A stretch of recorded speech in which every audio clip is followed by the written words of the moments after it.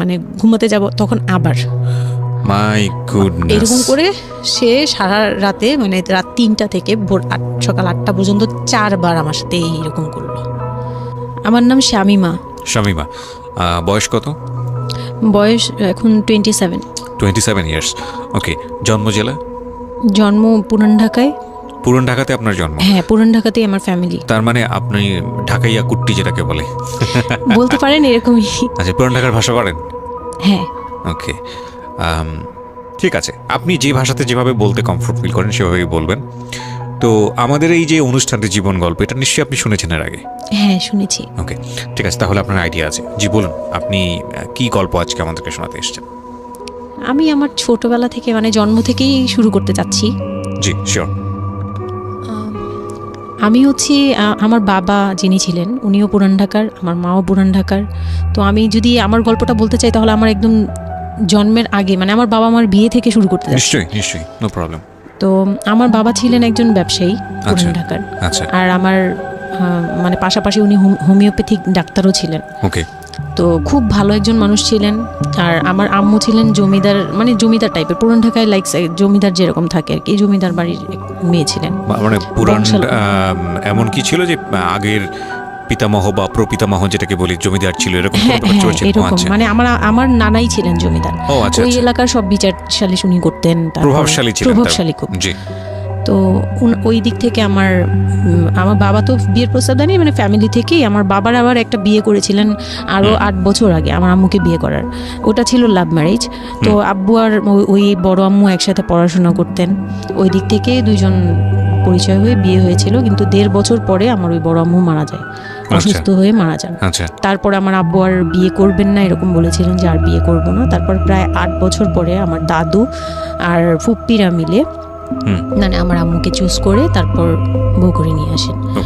তো আমার আম্মু খুব অসুস্থ থাকতেন প্রায়, আমার আম্মু একটু ফিজিক্যালি একটু দুর্বল। আচ্ছা। তো ওইখান থেকে আমার আম্মুর বিয়ের প্রায় 2-3 বছর পরে আমার একটা বোন হয়। সেই বোনটা মারা যায় 6 মাসের মাথায়। আমার বোনটা মারা যায়।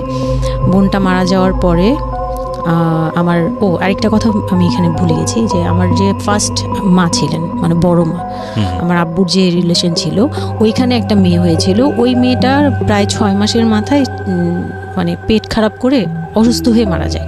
তো তার পরপরই আমার বড় মাও মারা যায়। তো ওইখানে হচ্ছে আমার ওই বাচ্চাটা ছিল মেয়ে বাচ্চা।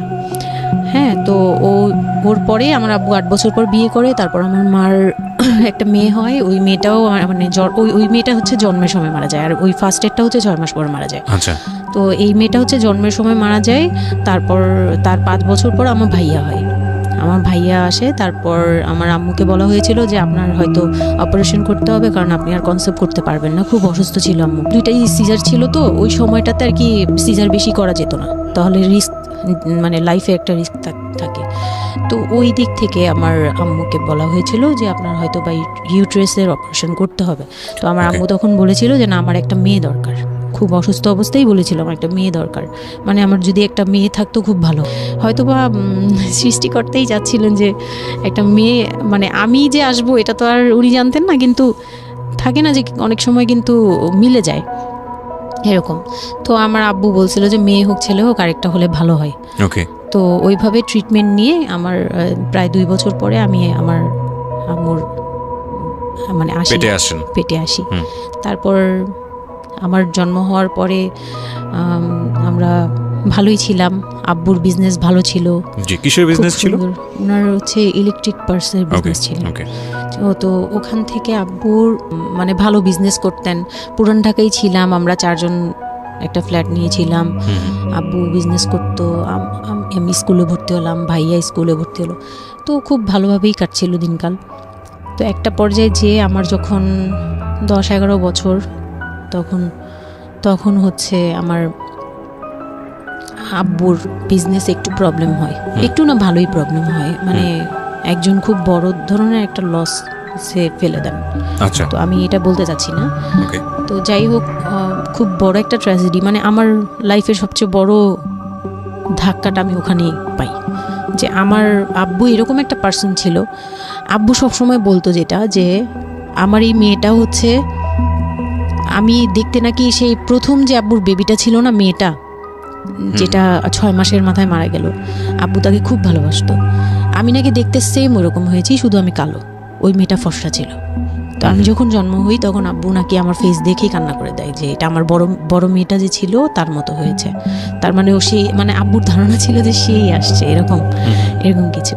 তা আব্বু আমাকে অনেক আদর করতো, মানে অন্য বাবারাও আদর করে সব মেয়েদেরই, কিন্তু আব্বুর ভালোবাসাটা কেন জানি একদম ডিফারেন্ট ছিল, অনেক বেশি ভালোবাসতেন, অনেক বলার মতো না। সারাক্ষণ টেক কেয়ার, সারাক্ষণ, রাত নাই দিন নাই, সব সময়। আমার রাতে খুব বদভ্যাস ছিল, আমি রাত জাগতাম প্রচুর। প্রতি রাতে আব্বু আমাকে হেঁটে হেঁটে ঘুম পাড়াতো কোলে নিয়ে। প্রায় 10 বছর 11 বছর পর্যন্ত আব্বু আমাকে কোলে নিয়ে ঘুম পাড়াতো, অনেক আদর করতো। আর যখন যেটা, তখন তো ছোট ছিলাম, যখন যেটা বলতাম আব্বু এখন এটা লাগবে, রাত দিন তো বুঝতাম না, আব্বু ওই সময় বের হয়ে যেত, মানে খুঁজতে বের হয়ে যেত কোথায় পাই এটা। আমার মেয়ে বলছে। তো ভাইয়ার সাথে খুব একটা এরকম হয় নাই, আমার সাথে বেশি হতো। তো ভাইয়া এটা নিয়ে একটু জেলাসও করতো, আর সাধারণতই কিন্তু মানে ভাই বোনের মধ্যে এই এটা থাকে, তো আমাদের মধ্যেও এরকম ছিল।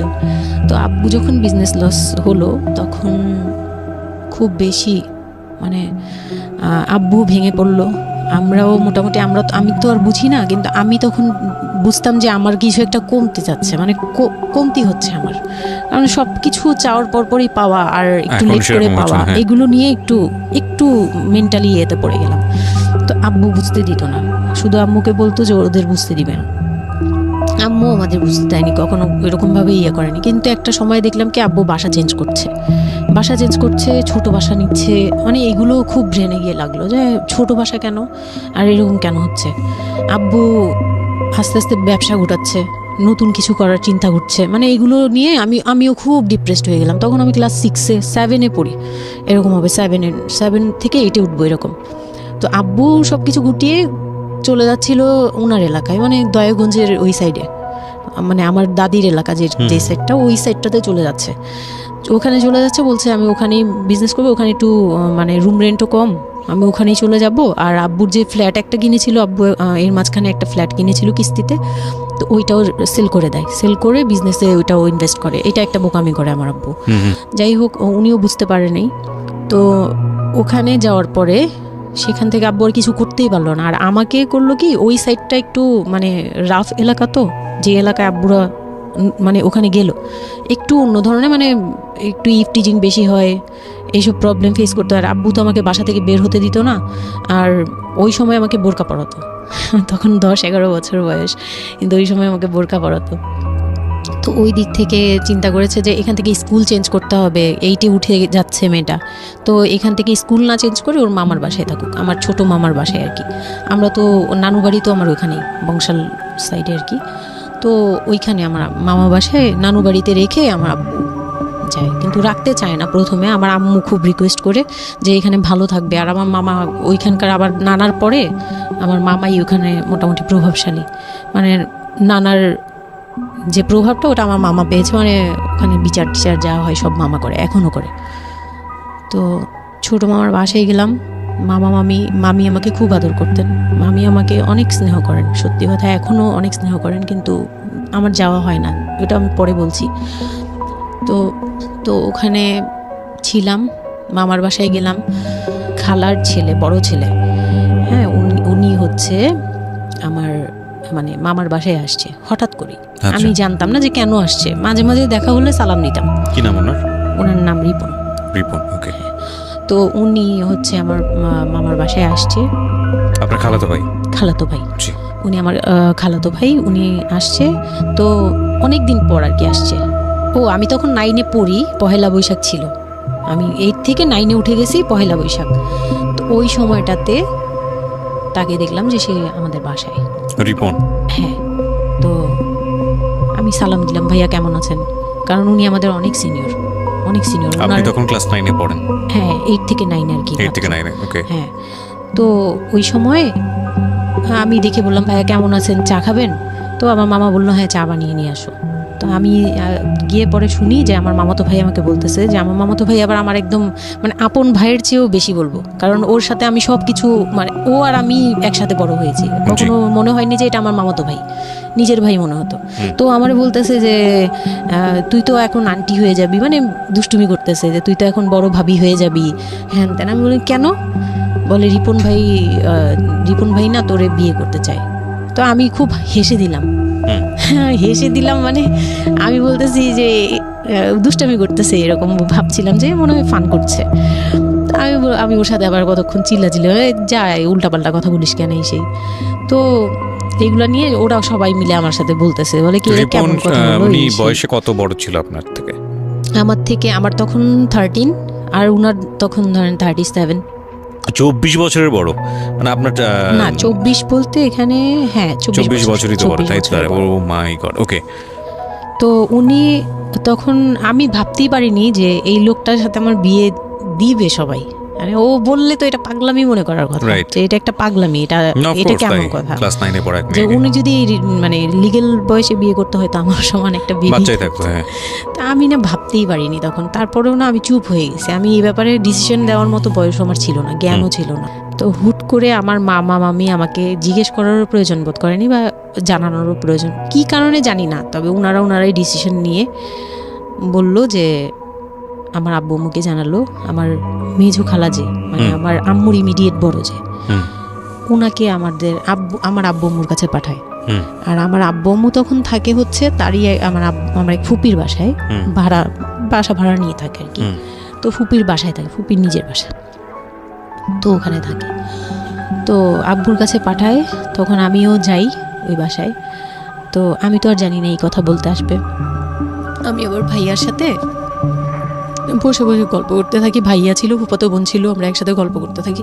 তো হঠাৎ করে শুনি যে একটু মানে আমার খালা খুব জোরে সোরে বলতেছে, মানে চিল্লাচিল্লি করে বলতেছে যে যদি এই বিয়ে না হয় তাহলে আমাদের সাথে তোদের কোনো কন্ট্যাক্ট নেই, আজকে থেকেই বন্ধ। আচ্ছা, হ্যাঁ, এই বিয়ে হতেই হবে। কেন হতে হবে? আমার আব্বু বলছে কেন হতে হবে, আমার মেয়ে তো অনেক ছোট, ও তো এই সংসারের ভার নিতে পারবে না, বলো ওগুলো আমরা দেখবো, ওরে আমরা বাচ্চার মতো পালবো। মানে উনি বলতেছে আমি দায়ভার নিলাম, আমি সবকিছু নিলাম, এইভাবে বলতেছে আমি সবকিছু দেখবো, এগুলা নিয়ে কোনো টেনশনের কিছু নাই, নিজেদের মানুষ, এর চেয়ে ভালো কোনো অফার কোনো দিন পাবা না, মানে এর চেয়ে ভালো কোনো প্রস্তাব আসবে না, এই না সেই না সেই অনেক কিছু বলতেছে। আব্বু মুখে কনভিন্স করতেছে যে এইটা যদি তোমরা হাতছাড়া করো তাহলে আর কখনো মেয়ের জন্য ভালো কিছু পাবা না, আর আমাদের সাপোর্ট জীবনও পাবা না, তোমাদের একটা সাইড পুরো বন্ধ হয়ে যাবে, মানে আমাদের সাথে তোমাদের একদম রিলেশন শেষ, তোমাদের মেয়ে এখনই রেখে যাবো, তোমরা কি করবা করো। তো আমার আব্বু ওই দিক থেকে একটু দুর্বল ছিল, পরে আমি এটা শুনে কান্না করে দিছি, মানে সাথে সাথে কান্না করে দিছি। তো আমার ভাইয়াও বুঝছে, আমাকে নিয়ে ছাদে চলে গেছে। আমার ফুফাতো বোন, ভাইয়ার এক খুব ক্লোজ ফ্রেন্ড ছিল, ছোটবেলার বন্ধু, সেও আমাকে খুব আদর করতো বোনের মতো, সেও গেল উপরে, বলতেছে আব্বু তুই কান্না করিস না, আমরা দেখতেছি কি করা যায়। তো আমার ভাইয়া বলতেছে ওরে আমি ওরে নিয়ে কোথাও পালিয়ে যাই, আমার মনে হচ্ছে যে আমি ওকে নিয়ে এখন কোথাও পালিয়ে যাই। যে রিপন ভাই এটা কিভাবে এটা বলতে পারে যে বিয়ে করবে ওকে। তো আমি খুব কান্নাকাটি করছিলাম। আমার খালা চলে গেল, খালা চলে যাওয়ার পরে আমার ভাইয়া আব্বুকে যে কি বলছে জানি না, আব্বু আবার ছাদে আসছে, আমি কান্না করতেই আসি, মানে তখন কন্টিনিউ কান্না করতেছি। তো আমার আব্বু ছাদে এসে যেটা বললো যে আমার আব্বু তখন বললো যে বলে আমি তোমাকে নিয়ে মানে বনে চলে যাব দরকার পড়লে, কিন্তু আমি ওর কাছে তোমাকে দিব। তো আমি দেখলাম যে আব্বু ফিজিক্যালি, মেন্টালি, আর্থিকভাবে সব দিক থেকে দুর্বল, এখন আমাকে নিয়ে যদি বের হয় সে পারবে না, এটুকু বুঝলাম, তার দ্বারা সম্ভব না এটা। পরে আমাকে বললো যে তুমি যদি রাজি থাকো তাহলে আমার কোনো আপত্তি না, আর যদি তুমি বলো যে না আব্বু আমি রাজি না, তুমি শুধু একবার বললো, তাহলে আমি তোমাকে নিয়ে বের হয়ে যাবো, আমরা বাবা মেয়ে কই থাকবো কেউ জানার দরকার নেই। আপনার মার কি ভূমিকা ছিল এই সময়? আমার মা তখন বলতেছে যে দিবে, আমার মা ইচ্ছা ছিল যে দিবে, কারণ আমার মা তখন এই জিনিসটা বুঝে না, মানে আমার মা এমনিতেও অনেক সহজ সরল, সত্যি কথা বলতে ওনার দোষ না এটা, সেইটা বুঝতো না যে এই যে ডিস্টেন্সে বিয়ে দিলে এই বিয়েগুলো টিকে না, বা 24 বছর বয়সের ডিফারেন্স, এগুলো নোট করবেন এবং খুব ইম্পর্টেন্ট, আসলে খুবই ইম্পর্টেন্ট, কারণ বয়সের গ্যাপটা না ঠিক আছে, কিছু কিছু মানুষের জীবনে যে ব্যতিক্রম ঘটে না তা কিন্তু না, কিন্তু এই ব্যতিক্রমটা যদি আমরা উদাহরণ হিসেবে নিয়ে সবার উপর চাপিয়ে দেওয়ার চেষ্টা করি তাহলে কিন্তু সেটা সম্ভব নয়। ঠিক আছে, একটু একটু খেয়াল করবেন, 24 বছরের ডিফারেন্স হচ্ছে ও এবং ওর খালাতো ভাই রিপনের মধ্যে। ও যখন 13 বছর তখন ওর খালাতো ভাই হচ্ছে 37। So it's a huge gap. সাধারণত বলা হয়ে থাকে 4-5 বছরের গ্যাপ ইজ ওকে, কিন্তু এর থেকে বেশি না হওয়াটাই বেটার। সেক্ষেত্রে 24 বছর, কোথায় 4-5 বছর আর কোথায় 24 বছর। হ্যাঁ, দেন হচ্ছে ওই বিয়েটা মানে আপনি কি বললেন? এখন তো সিদ্ধান্ত আসলে আপনার জায়গায় ছিল। সিদ্ধান্ত আমার জায়গায় বলতে আমি তখন 13 বছর বয়স, তো মানে আমি তখন প্রেমও করিনি একটাও। মানে একটা এজ থাকে কিন্তু সবকিছুরই, মানে তখন দেখতাম যে আশপাশে মানে যারা কলেজে পড়ে, আমার একটা টার্গেট ছিল যে আমিও একদিন কলেজে পড়বো, আমার অনেক ফ্রেন্ড সার্কেল থাকবে, হয়তো আমার ভালো একটা রিলেশন থাকবে বা বিয়ে হবে, এরকম সবারই একটা ইয়ে থাকে। কিন্তু ওই বয়সটাতে আমার ওইটুকু যাওয়ারও মানে ওই চিন্তাতে আমি যাইনি তখনও যে আমি একটা রিলেশন করব আর ওই জায়গায় বিয়ে। তো আমি আমার আব্বুকে মনে প্রাণে বিশ্বাস করতাম, তো আব্বুর উপরে ছেড়ে দিলাম। আব্বুকে আর ভাইয়াকে বললাম যে দুইজন সামনে ছিল, আমাকে বারবার জিজ্ঞেস করতেছে তুমি যদি ইয়েস বলো ইয়েস, তুমি যদি না বলো তাহলে আমি তোমাকে নিয়ে বেরিয়ে যাবো। আমার ভাইয়াও বলতেছে বলে আমিও আপনার সাথে যাবো। তো আমি দেখতেছি আব্বু এমনিতেই 1 থেকে 1.5 বছর বা 2 বছর ধরে এরকম সারভাইভ করতেছে, মানে নিজে যুদ্ধ করে পারতেছে না, কাজকর্ম সব কিছু বন্ধ হয়ে গেছে, মানে বিজনেস টিজনেস সব গুটিয়ে ফেলছে। তারপর উনি যে এখন নিজে চলবে ওইটাই চলতে পারতেছে না, মানে খুব কষ্ট হচ্ছে। আমাকে আমার মতো মানে আমাকে যেখানে উনি একটা রাত 24 ঘন্টা একবার হলো আমাকে দেখতে হতো, ওই জায়গায় আমার মামার বাসায় ফেলে রাখছে। প্রতিদিন হেঁটে যেত, দেখে আসতো, একবার হলেও দেখে আসতো, মানে এরকম কষ্টগুলো করছে। ওই দিক থেকে চিন্তা করে দেখলাম যে না, আমার আসলে ওনাকে প্রেশার দেওয়া উচিত না, ওনার উপর ছেড়ে দিই। তখন আর কি এটাই মাথায় কাজ করছে যে আব্বু আপনি যেটা বলবেন সেটাই। পরে তার 1 সপ্তাহের মধ্যে 14 এপ্রিল পয়লা বৈশাখ আর 23 তারিখে আমার এঙ্গেজমেন্ট হয়ে যায়। হ্যাঁ, ওই উনি একদম খুব তাড়াহুড়া করে যে এঙ্গেজমেন্ট হতে হবে, বিয়ে হতে হবে খুব শীঘ্রই, তো ওইভাবে এঙ্গেজমেন্ট হয়। মানে এঙ্গেজমেন্টের পরেও আমি একদম স্টপ, আমার মাথায় কিছুই, তখন আমি পুরোপুরি ব্ল্যাঙ্ক, মানে আমি যে নিজের থেকে কিছু বলবো কিছু করব আমার ভিতরে ওইগুলো আর কাজ করছিল না। স্কুলে যাইতাম, অনেক সময় যাই না, এরকম আর কি, যে যেতে ইচ্ছে করলে যাই, না ইচ্ছে করলে যাই না, এরকম হয়ে গেলাম। এঙ্গেজমেন্টের 3 মাস পরে বিয়ে হওয়ার কথা ছিল, কিন্তু ঘুরতে ঘুরতে 4 থেকে 5 মাস ইয়ে হলো। তো 2004-এ 4 থেকে 5 মাসের মধ্যে সে আমার সাথে অনেকবার দেখা করতে চাইছে, কেউ দেখা করতে দেয়নি, কারণ আমার ফ্যামিলি খুব রেস্ট্রিক্টেড ছিল এইসব ব্যাপারে, কেউ দেখা করতে দেয়নি। আর আমিও ভয় পেতাম, তো আমি খুবই ভয় পেতাম, ওনাকে অনেক ভয় পেতাম, সোজা কথা আমি ওনাকে খুব ভয় পেতাম।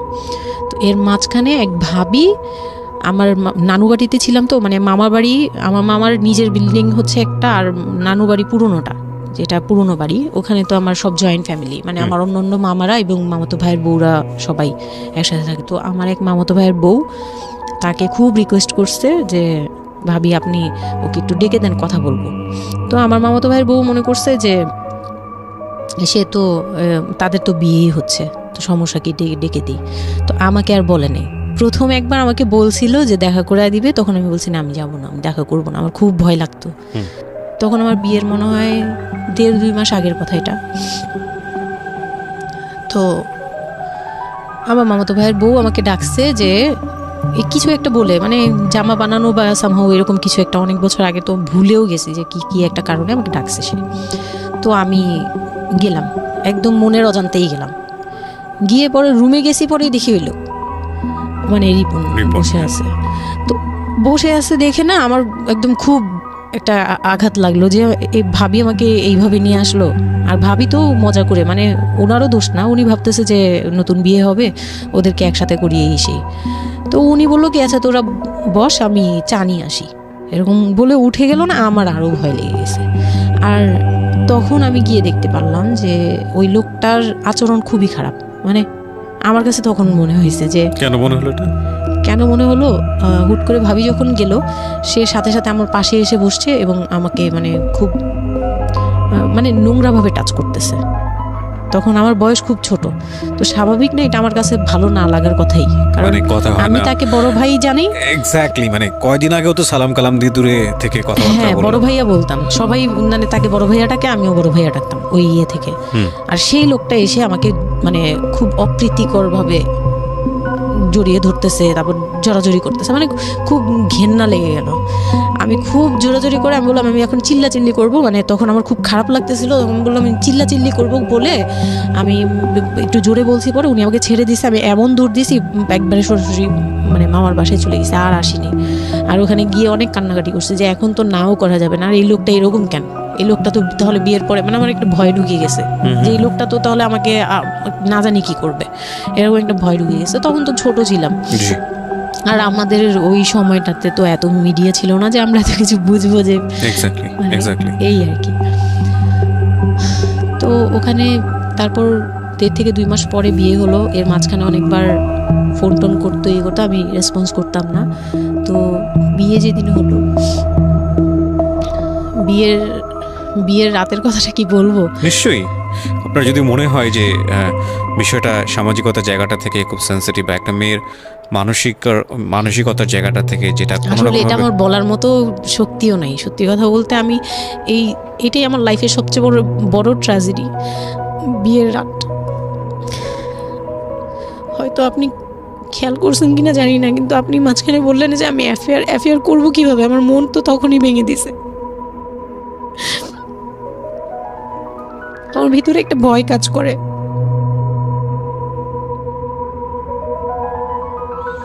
কি হয়েছিল আমি জানি, আপনি খুব সুন্দর করে বলছেন গল্প, আপনি আপনার মতো করেই বলবেন, আমরা আসলে মূল মেসেজটাই পেতে চাই। লোকটা হচ্ছে সামাজিকভাবে সবার কাছে খুব ভালো, সবার কাছে ভালো বলতে মানে গলিতে বা এলাকায় কিছু করে না, সেই এলাকায় খুব ভালো ব্যবসা করে, খুব সহজ সরলভাবে দোকানে যাচ্ছে, আসতেছে, খাচ্ছে, ঘুমাচ্ছে, নর্মাল। আমার সাথে যেদিন বিয়ে হলো সেই দিন খুব বৃষ্টি। তো আমার তো ওই একদিনে আমার ভাবির রুমে, ওই দিনে আমি তার রূপ দেখে ফেলছি। তো তখন থেকে আমার তাকে দেখলে মানে গা শিউরে উঠতো, যে মনে হতো যে ভয়ঙ্কর একটা কিছু করবে। মানে মনে হতো, তখন আমি বুঝতাম না, সেক্সুয়াল লাইফটা বুঝতাম না যে সেক্স কি জিনিস, কিন্তু তখন একটা ভয় ঢুকে গেছে, খুব চাপা একটা ভয়। প্রথম কথা হচ্ছে যে আপনি একটা ছেলে এবং মেয়ের মধ্যে যে স্বাভাবিক সম্পর্কটা বিবাহ পরবর্তী, এটা সম্পর্কে আপনার কোনো আইডিয়া ছিল? আপনাকে কেউ বলেছে? এটা সম্পর্কে কোনো আইডিয়াই ছিল না, শুধু জানতাম যে কিছু একটা হয়, কিন্তু কি হয় সেটা আপনি জানতেন না। ডিটেইলসটা আমি জানতাম। আপনাকে বিয়ের রাতে বা আগে পরেও কেউ কখনো কিছু বলে না? আমার বিয়ের আগে আমার এক ভাবি ছিল, মানে যেই ভাবির বাসায় গেছে সেই ভাবি না, আরেকটা ভাবি ছিল, উনারই বড় যা আর কি। তো ওই ভাবি আমাকে জাস্ট কানে কানে বলছে যে আজকে কিন্তু যাই হোক একদম চুপ থাকবি, আমাকে এইভাবে বলছে। শুধু এটা বলেছে আজকে যাই হোক, আরো ভয়ানক কথা বলেছে, মানে এটা শুনলে তো আরো ভয় লাগে। যাই হোক কি হবে, বলে কিছু বুঝো না তুমি, হ্যাঁ কিছু এতই ছোট, কিছু বুঝো না, এইগুলি বলতেছে। মানে আপনার মনে আরো বেশি ভয় ঢুকে গিয়েছে। কোনো ধরনের চিল্লাচিল্লি করবি না, চুপচাপ থাকবি, মানে জাস্ট হাসি মুখে এরকম করে বলছে। কিন্তু আমার কাছে একটু ভয় লাগছে তখন, যে এই লোকটা তো ওই সময় যদি এরকম মানে খপ করে জড়া ধরতে পারে, এই লোক কি করতে পারে, কি হতে পারে, মানে এই টাইপের একটা ভয় কাজ করছে তখন এই জিনিসগুলো বুঝতাম না, মানে ফিজিক্যাল রিলেশন বা এগুলি এই সম্পর্কে কিছুই জানতাম না। জানতাম যে কিছু একটা হয়, হাজব্যান্ড ওয়াইফে কিছু হয়, কিন্তু কি হয় এটা জানতাম না, এরকম ছিলাম। তো নর্মালি যখন বিয়েটা হলো, কমপ্লিট হলো, সে তো মানে কতক্ষণে রুমে যাবে এরকম। একটু পজ দিচ্ছি আমি এখানে, কারণ আমি জানি যে ম্যাক্সিমাম আমি গেস করছি এখানে, কারণ এদিকে এখানে যারা শুনবে বা এই মুহূর্তে যারা শুনছে তাদের ইন্টেনশনটাকে আমি একটু ক্লিয়ার করতে চাই। সেটা হচ্ছে আমরা এটা বলি যে this is an entertaining show, but এই জীবন গল্প বলেন বা আমার লাস্ট 7-8 ইয়ার্সের ক্যারিয়ারে আমি রেডিওতে যে ধরনের প্রোগ্রাম করেছি, সোশ্যাল অ্যাওয়ারনেসের জায়গাটা থেকে এটা কী ধরনের ভূমিকা রেখেছি সেটা আপনারা আপনাদের জায়গা থেকেই ভালো মূল্যায়ন করতে পারবেন। বাট আমি একটু করজোরে আপনাদের কাছে একটা মিনতি করতে চাই, এই ঘটনাটাকে সিনেমা হিসেবে না দেখে, সিনেমার পর্দায় কিছু একটা ঘটতে যাচ্ছে এরকম একটা কিছু হিসেবে না দেখে, রেডিও হিসেবে না দেখে, একটু নিজের জায়গা থেকে চিন্তা করে দেখবেন, বা যদি বিষয়টা এরকম হয় একটা মানবিক জায়গা থেকে একটু চিন্তা করে দেখবেন। 24 বছরের গ্যাপ হাজব্যান্ড আর ওয়াইফের মধ্যে 24 ইয়ার্স, 13 বছরের একটা মেয়ে, যে মেয়েটার জীবনে প্রেম বলতে কোনো কিছু আসেনি, শারীরিক সম্পর্ক কি সে বোঝেই না, এবং দ্বিতীয়ত যে বিষয়টা ইম্পর্টেন্ট, বয়ঃসন্ধিকালের একেবারে ইনিশিয়াল স্টেজে সে আছে, সে জানি না আসলে বিষয়গুলো কি। আর 37 বছর মানে হচ্ছে আমাদের পার্সপেক্টিভ থেকে, আমাদের সামাজিকতা জায়গা থেকে একটা ছেলে যখন একদম এই সমস্ত স্টেজ, প্রেম বলেন, শারীরিক সম্পর্ক বলেন, বা অন্যান্য যে বিষয়গুলো আছে সেগুলো বলেন, সেগুলো অতিক্রম করে মোটামুটি বৈষয়িক হয়ে গেছে। বৈষয়িক বলতে আমি যেটা বোঝাচ্ছি, এই জীবনে এসে দায়িত্ব ছাড়া অন্য কোনো কিছু থাকে না 37 কিংবা 40 বছরের পর থেকে, এরকম একটা স্টেজে আছে। তার মানে ওদের মধ্যে মেন্টাল ম্যাচিংয়ের কত বড় একটা গ্যাপ। সেই জায়গাটা থেকে ছেলেটা যদি মেয়েটাকে বুঝতে না চেষ্টা করে, বিশেষ করে ছেলের দায়িত্ব, কারণ যেহেতু সে সিনিয়র, যদি বুঝতে না চেষ্টা করে, তাহলে এটা কতটা অমানবিক এবং কতটা পাশবিক, কতটা ভয়ঙ্কর হতে পারে মেয়েটার জায়গাটা থেকে, এটা একটু চিন্তা করবেন। সো বিশেষ করে যারা বাসরাত বিষয়টাকে মাথায় রাখছেন, তাদেরকে আমি বলবো, প্লিজ থিঙ্ক লাইক দিস। হ্যাঁ, এখানে একটু মানবিক হওয়া প্রয়োজন। এখানে যদি আমরা শুধু এন্টারটেনমেন্ট হিসেবে বিষয়টাকে নেই, তাহলে আমি আসলে যে কারণে এই বিষয়টা আনতে চাচ্ছি সেই মেসেজটা ক্লিয়ার হবে না। Okay, so please feel the story actually. তারপর বিয়ের দিন যেটা আর কি, রাতের বেলা সবাই আমাকে নিয়ে আসলো বাড়িতে, মানে ওনাদের বাসায়। তো ওই বাসায় হচ্ছে একটা রুম, মানে প্রথম হচ্ছে বাসায় ঢুকেই কোনো বারান্দা টারান্দা কিছু নেই, শুধু রুম আর সিঁড়ি, সিঁড়ি ঘর। মানে পুরান ঢাকার বাসাগুলো একটু বেশি হয়তো, খুব ছোট ছোট হয়তো, ঘিঞ্জিত টাইপের হয়। আমি একসময় জিএসআরসিতে কাজ করতাম, আমার ফার্স্ট জব ছিল ওটা। আমি সার্ভে করেছিলাম পুরান ঢাকায়, সেটাই আমার প্রথম পুরান ঢাকায় যাওয়া, এবং আমার কাছে মনে হয়েছিল যে আমি কোথায় এসেছি। অনেক ঘিঞ্জি ভাইয়া। এটা কারণ পুরান ঢাকা নিয়ে অনেকেই অনেক কিছু বলেন, কারণ ঢাকায় যারা, তাদের কাছে পুরান ঢাকাটা একটা নস্টালজিক জায়গা। আমি তো আর ঢাকায় বড় হইনি, সো আমার কাছে ঢাকা, আমি যখন ঢাকায় প্রথম পাড়া দিয়ে যখন পাবলিক বাসে উঠেছিলাম, তখন আমার কাছে মনে হচ্ছে, আল্লাহ আমি কোথায় আসলাম, এই জায়গায় আমি কেন আসলাম। তো নর্মালি হচ্ছে ঢাকা এরকম। তারপরে যখন পুরান ঢাকায় গেলাম, পুরান ঢাকার সাথে আমার ওই ধরনের অ্যাটাচমেন্ট কখনোই ছিল না, অনেক বেশি, অনেক ঘিঞ্জি। আমার মনে আছে চকবাজারের যেই চকবাজার নামে একটা যে জায়গা আছে, ওখানে চুরি পট্টি বা কি যেন একটা আছে না, যে মেয়েদের কসমেটিক্স বিক্রি করে, ম্যাক্সিমাম হচ্ছে নকল। আমি জানি না এখন কিরকম আছে। তো আমি জীবনে কোনোদিন দেখি নাই যে একটা মানুষ আরেকটা মানুষকে গলি দিয়ে ক্রস করতে পারে। এবং ইন্টারেস্টিং বিষয় হচ্ছে, এখানে তো মেয়েরা ঢোকেই না, এবং ওর ঢোকার পরে উপরে ছাদ, মানে এমনভাবে বিল্ডিংটা, অনেকগুলো বিল্ডিং মিলে ওই ওখানে ধাক্কা লাগবে, মানে এরকম একটা অবস্থা যে একজন আরেকজনকে ক্রস করতে খুব ভয়ানক, মানে রীতিমতো ভয়ানক অবস্থা। আর আমি সার্ভে করেছিলাম, যেহেতু আমি বিল্ডিংগুলো সার্ভে করতাম, মানে অনেক, আমি একদম ইউনিভার্সিটিতে অনার্স দিয়ে, না অনার্সের থার্ড ইয়ার বা সেকেন্ড ইয়ারে থাকা অবস্থার ঘটনা এটা। আমি সার্ভে করেছিলাম বিল্ডিংগুলো, তো সেই সময় ওই সময়টাতে আমার একটু জানা হয়েছে আর কি। তো আসলে ভয়ানক রকমের কিনছি। হ্যাঁ, তো বলুন যেটা বলছিলেন। তো যেটা বলছিলাম যে ওই রাতে ওই একটা রুম, এরকম রুমের উপরে রুম, তার উপরে রুম, মানে সিঁড়ি রুম এরকম। আর প্রথম যে রুমটা, মানে নিচতলায় যে রুমটা ছিল, সেই নিচতলার রুমের সিঁড়ির নিচে ছিল চুলা আর বাথরুম, সিঁড়ি কর্নারে। ওকে, মানে এটা হচ্ছে ওদের নিজের বাড়ি। ওকে, এইটুকুই ছিল। মানে 3টা রুম, মানে হচ্ছে হলো এক ধরনের বিল্ডিং, একটা বিল্ডিং, একতলা, দুতলা, তিনতলা এরকম বিল্ডিং, বা 3টা রুম। হ্যাঁ, 3তলা বিল্ডিং, কিন্তু সিঁড়ি আর রুম। মানে কত অল্প জায়গার মধ্যে এই জিনিসটা ম্যানেজ করেছে। হ্যাঁ, আমি পরে শুনেছি যে এটা আধা কাঠারও নিচে, ওইটা 1 শতক বা হাফ শতক জমি যেটাকে বলে। হ্যাঁ, শুধু একটা রুম আর সিঁড়ি, এইটুকু। তো ওইটুকুর মধ্যেই মানে বাড়িটা। তো ওই বাড়িতে আমার খালার বাড়ি ছিল, আমি তো প্রায়ই যেতাম, বেড়াতে যেতাম ছোটবেলায়। তো আমাকে নিয়ে গেল, আর 3তলার রুমে, সবচেয়ে পরের রুম যেটা, ওটাতে আবার আমার মানে মেজো দেবর সম্পর্কে ছিল। সে আমাদেরও, মানে আমার বিয়ের 12 বছর আগে বিয়ে করে ফেলছে। সে লাভ ম্যারেজ করছে, মানে উপযুক্ত বয়সে বিয়ে করছে। আর আমার হাজবেন্ড আবার ছিল যে, উনি আবার খুব লেটে বিয়ে করছে, মানে ফ্যামিলির দায়িত্ব পালন করে সবকিছু শেষ করে তারপর বিয়ে। 37 আসলে খুব লেট না, কিন্তু 37 এর জায়গা থেকে 13 বিয়ে করাটা খুব অবিবেচ্য। আমার জন্য তো সে অনেক বড়। যাই হোক, তারপর ওই দেবরের যখন বিয়ের 12 বছর হয়ে গেছে, তখন উনি বিয়ে করছে। আর তো ওই ভাইয়া, মেজো ভাইয়া যে ছিলেন, তো মেজো ভাইয়ার রুমটা ছিল 3তলায়। আমি ওখানেই আমার বাসর ঘরটা করা হয়েছিল আর কি। তো ফুল টুল তেমন ভালো আনা হয়নি, সে খুব রাগারাগি করছে। ছোট ভাই যারা ছিল, এলাকার ছোট ভাইটাই, ওদের সাথে খুব রাগারাগি করছে আমার হাজবেন্ড যে ছিলেন। এটা কোনো ঘর সাজানো হলো, এই সেই বলে টলে বলতেছে, এখন তোমরা বের হও, অনেক হয়েছে, এখন তোমরা যাও, মানে খুব রাগারাগি করতেছে। তো আমি রাগ দেখে আরও ভয় পেয়ে গেছি। প্রথম রাত তারপরে আবার আমি মানে এই অবস্থায় আসছি, বউ হয়ে আসছি, আমার শরীরে ভারী গহনা, শাড়ি টাড়ি, মানে আমি এগুলোর ওজন নিতে পারছি না। 4-5 ঘন্টা হয়ে গেছে আমাকে এগুলো পরায় রাখা হয়েছে, ভারী মেকআপ দেওয়া হয়েছে, আমি এগুলো কখনো ইউজ করিনি ফার্স্ট লাইফে। মানে আমি দেবীর মতো সেজে বসে আছি, এরকম একটা ইয়ে। তো খুব ভয়েও কাজ করছে, নার্ভাসনেস। তারপর এখন কি হবে, সবাই বের হয়ে গেলে কি হবে, এটা একটা টেনশন। আর শুধু মানে কেমন কেমন জানি একটা ফিল, যেটা সাধারণত নর্মালি হওয়া উচিত একটা ছেলে এবং একটা মেয়ের জায়গাটা থেকে। এটা হচ্ছে জীবনের সবচেয়ে সুন্দরতম মুহূর্তের একটা, রাইট? আমরা সেটাই চিন্তা করি না। একটা মেয়ের জীবনে স্বপ্ন থাকে তার একটা বাসরাত দিন কিংবা ফুলসজ্জার রাত, আমরা যেটাই বলি সেটা নিয়ে। একটা ছেলের জীবনেও নিশ্চয়ই থাকে, এবং সেটা চমৎকার হয়ে সারা জীবন স্মৃতি হয়ে থাকুক, এরকম কিছু একটা থাকে। এবং সেখানে বিষয়টা যদি এরকম হয় যে একটা মেয়ের জীবনে আতঙ্কের রাত এবং ভয়ানক রকম আমার লাইফে সবচেয়ে বড় আতঙ্কের রাত ছিল ওটা। তাহলে আপনি চিন্তা করে দেখতে পারেন। এবং সেটাকে যারা আজকে এই রেডিও যারা শুনে, যারা এটাকে এন্টারটেনমেন্ট হিসেবে নিচ্ছেন, তাদের জায়গা থেকে আমি বলতে পারি যে এখানে নিজেরও কিন্তু একটা পরিচয়ের বিষয় আছে। হ্যাঁ, মানে নিজের পরিচয়টা নিজের কাছে কি দিচ্ছেন একটু চিন্তা করে দেখেন। ঘটনার ভেতরে ঢোকার চেষ্টা করুন, এই মেয়েটার মানবিক অনুভূতিটাকে জানার চেষ্টা করুন, অন্য কিছু নয় প্লিজ। কজ আমরা আমাদের সামাজিকতার জায়গাটা থেকে মেয়েদের এই বিষয়গুলোকে উইথড্র করে বা না ভেবে তাদেরকে কখনো কখনো সারা জীবনটা ধ্বংসের দিকে ঠেলে দিই। হয়তো মেয়েটার ক্ষেত্রে এরকমই কিছু হয়েছে, আমরা একটু সামনের দিকে আগাবো।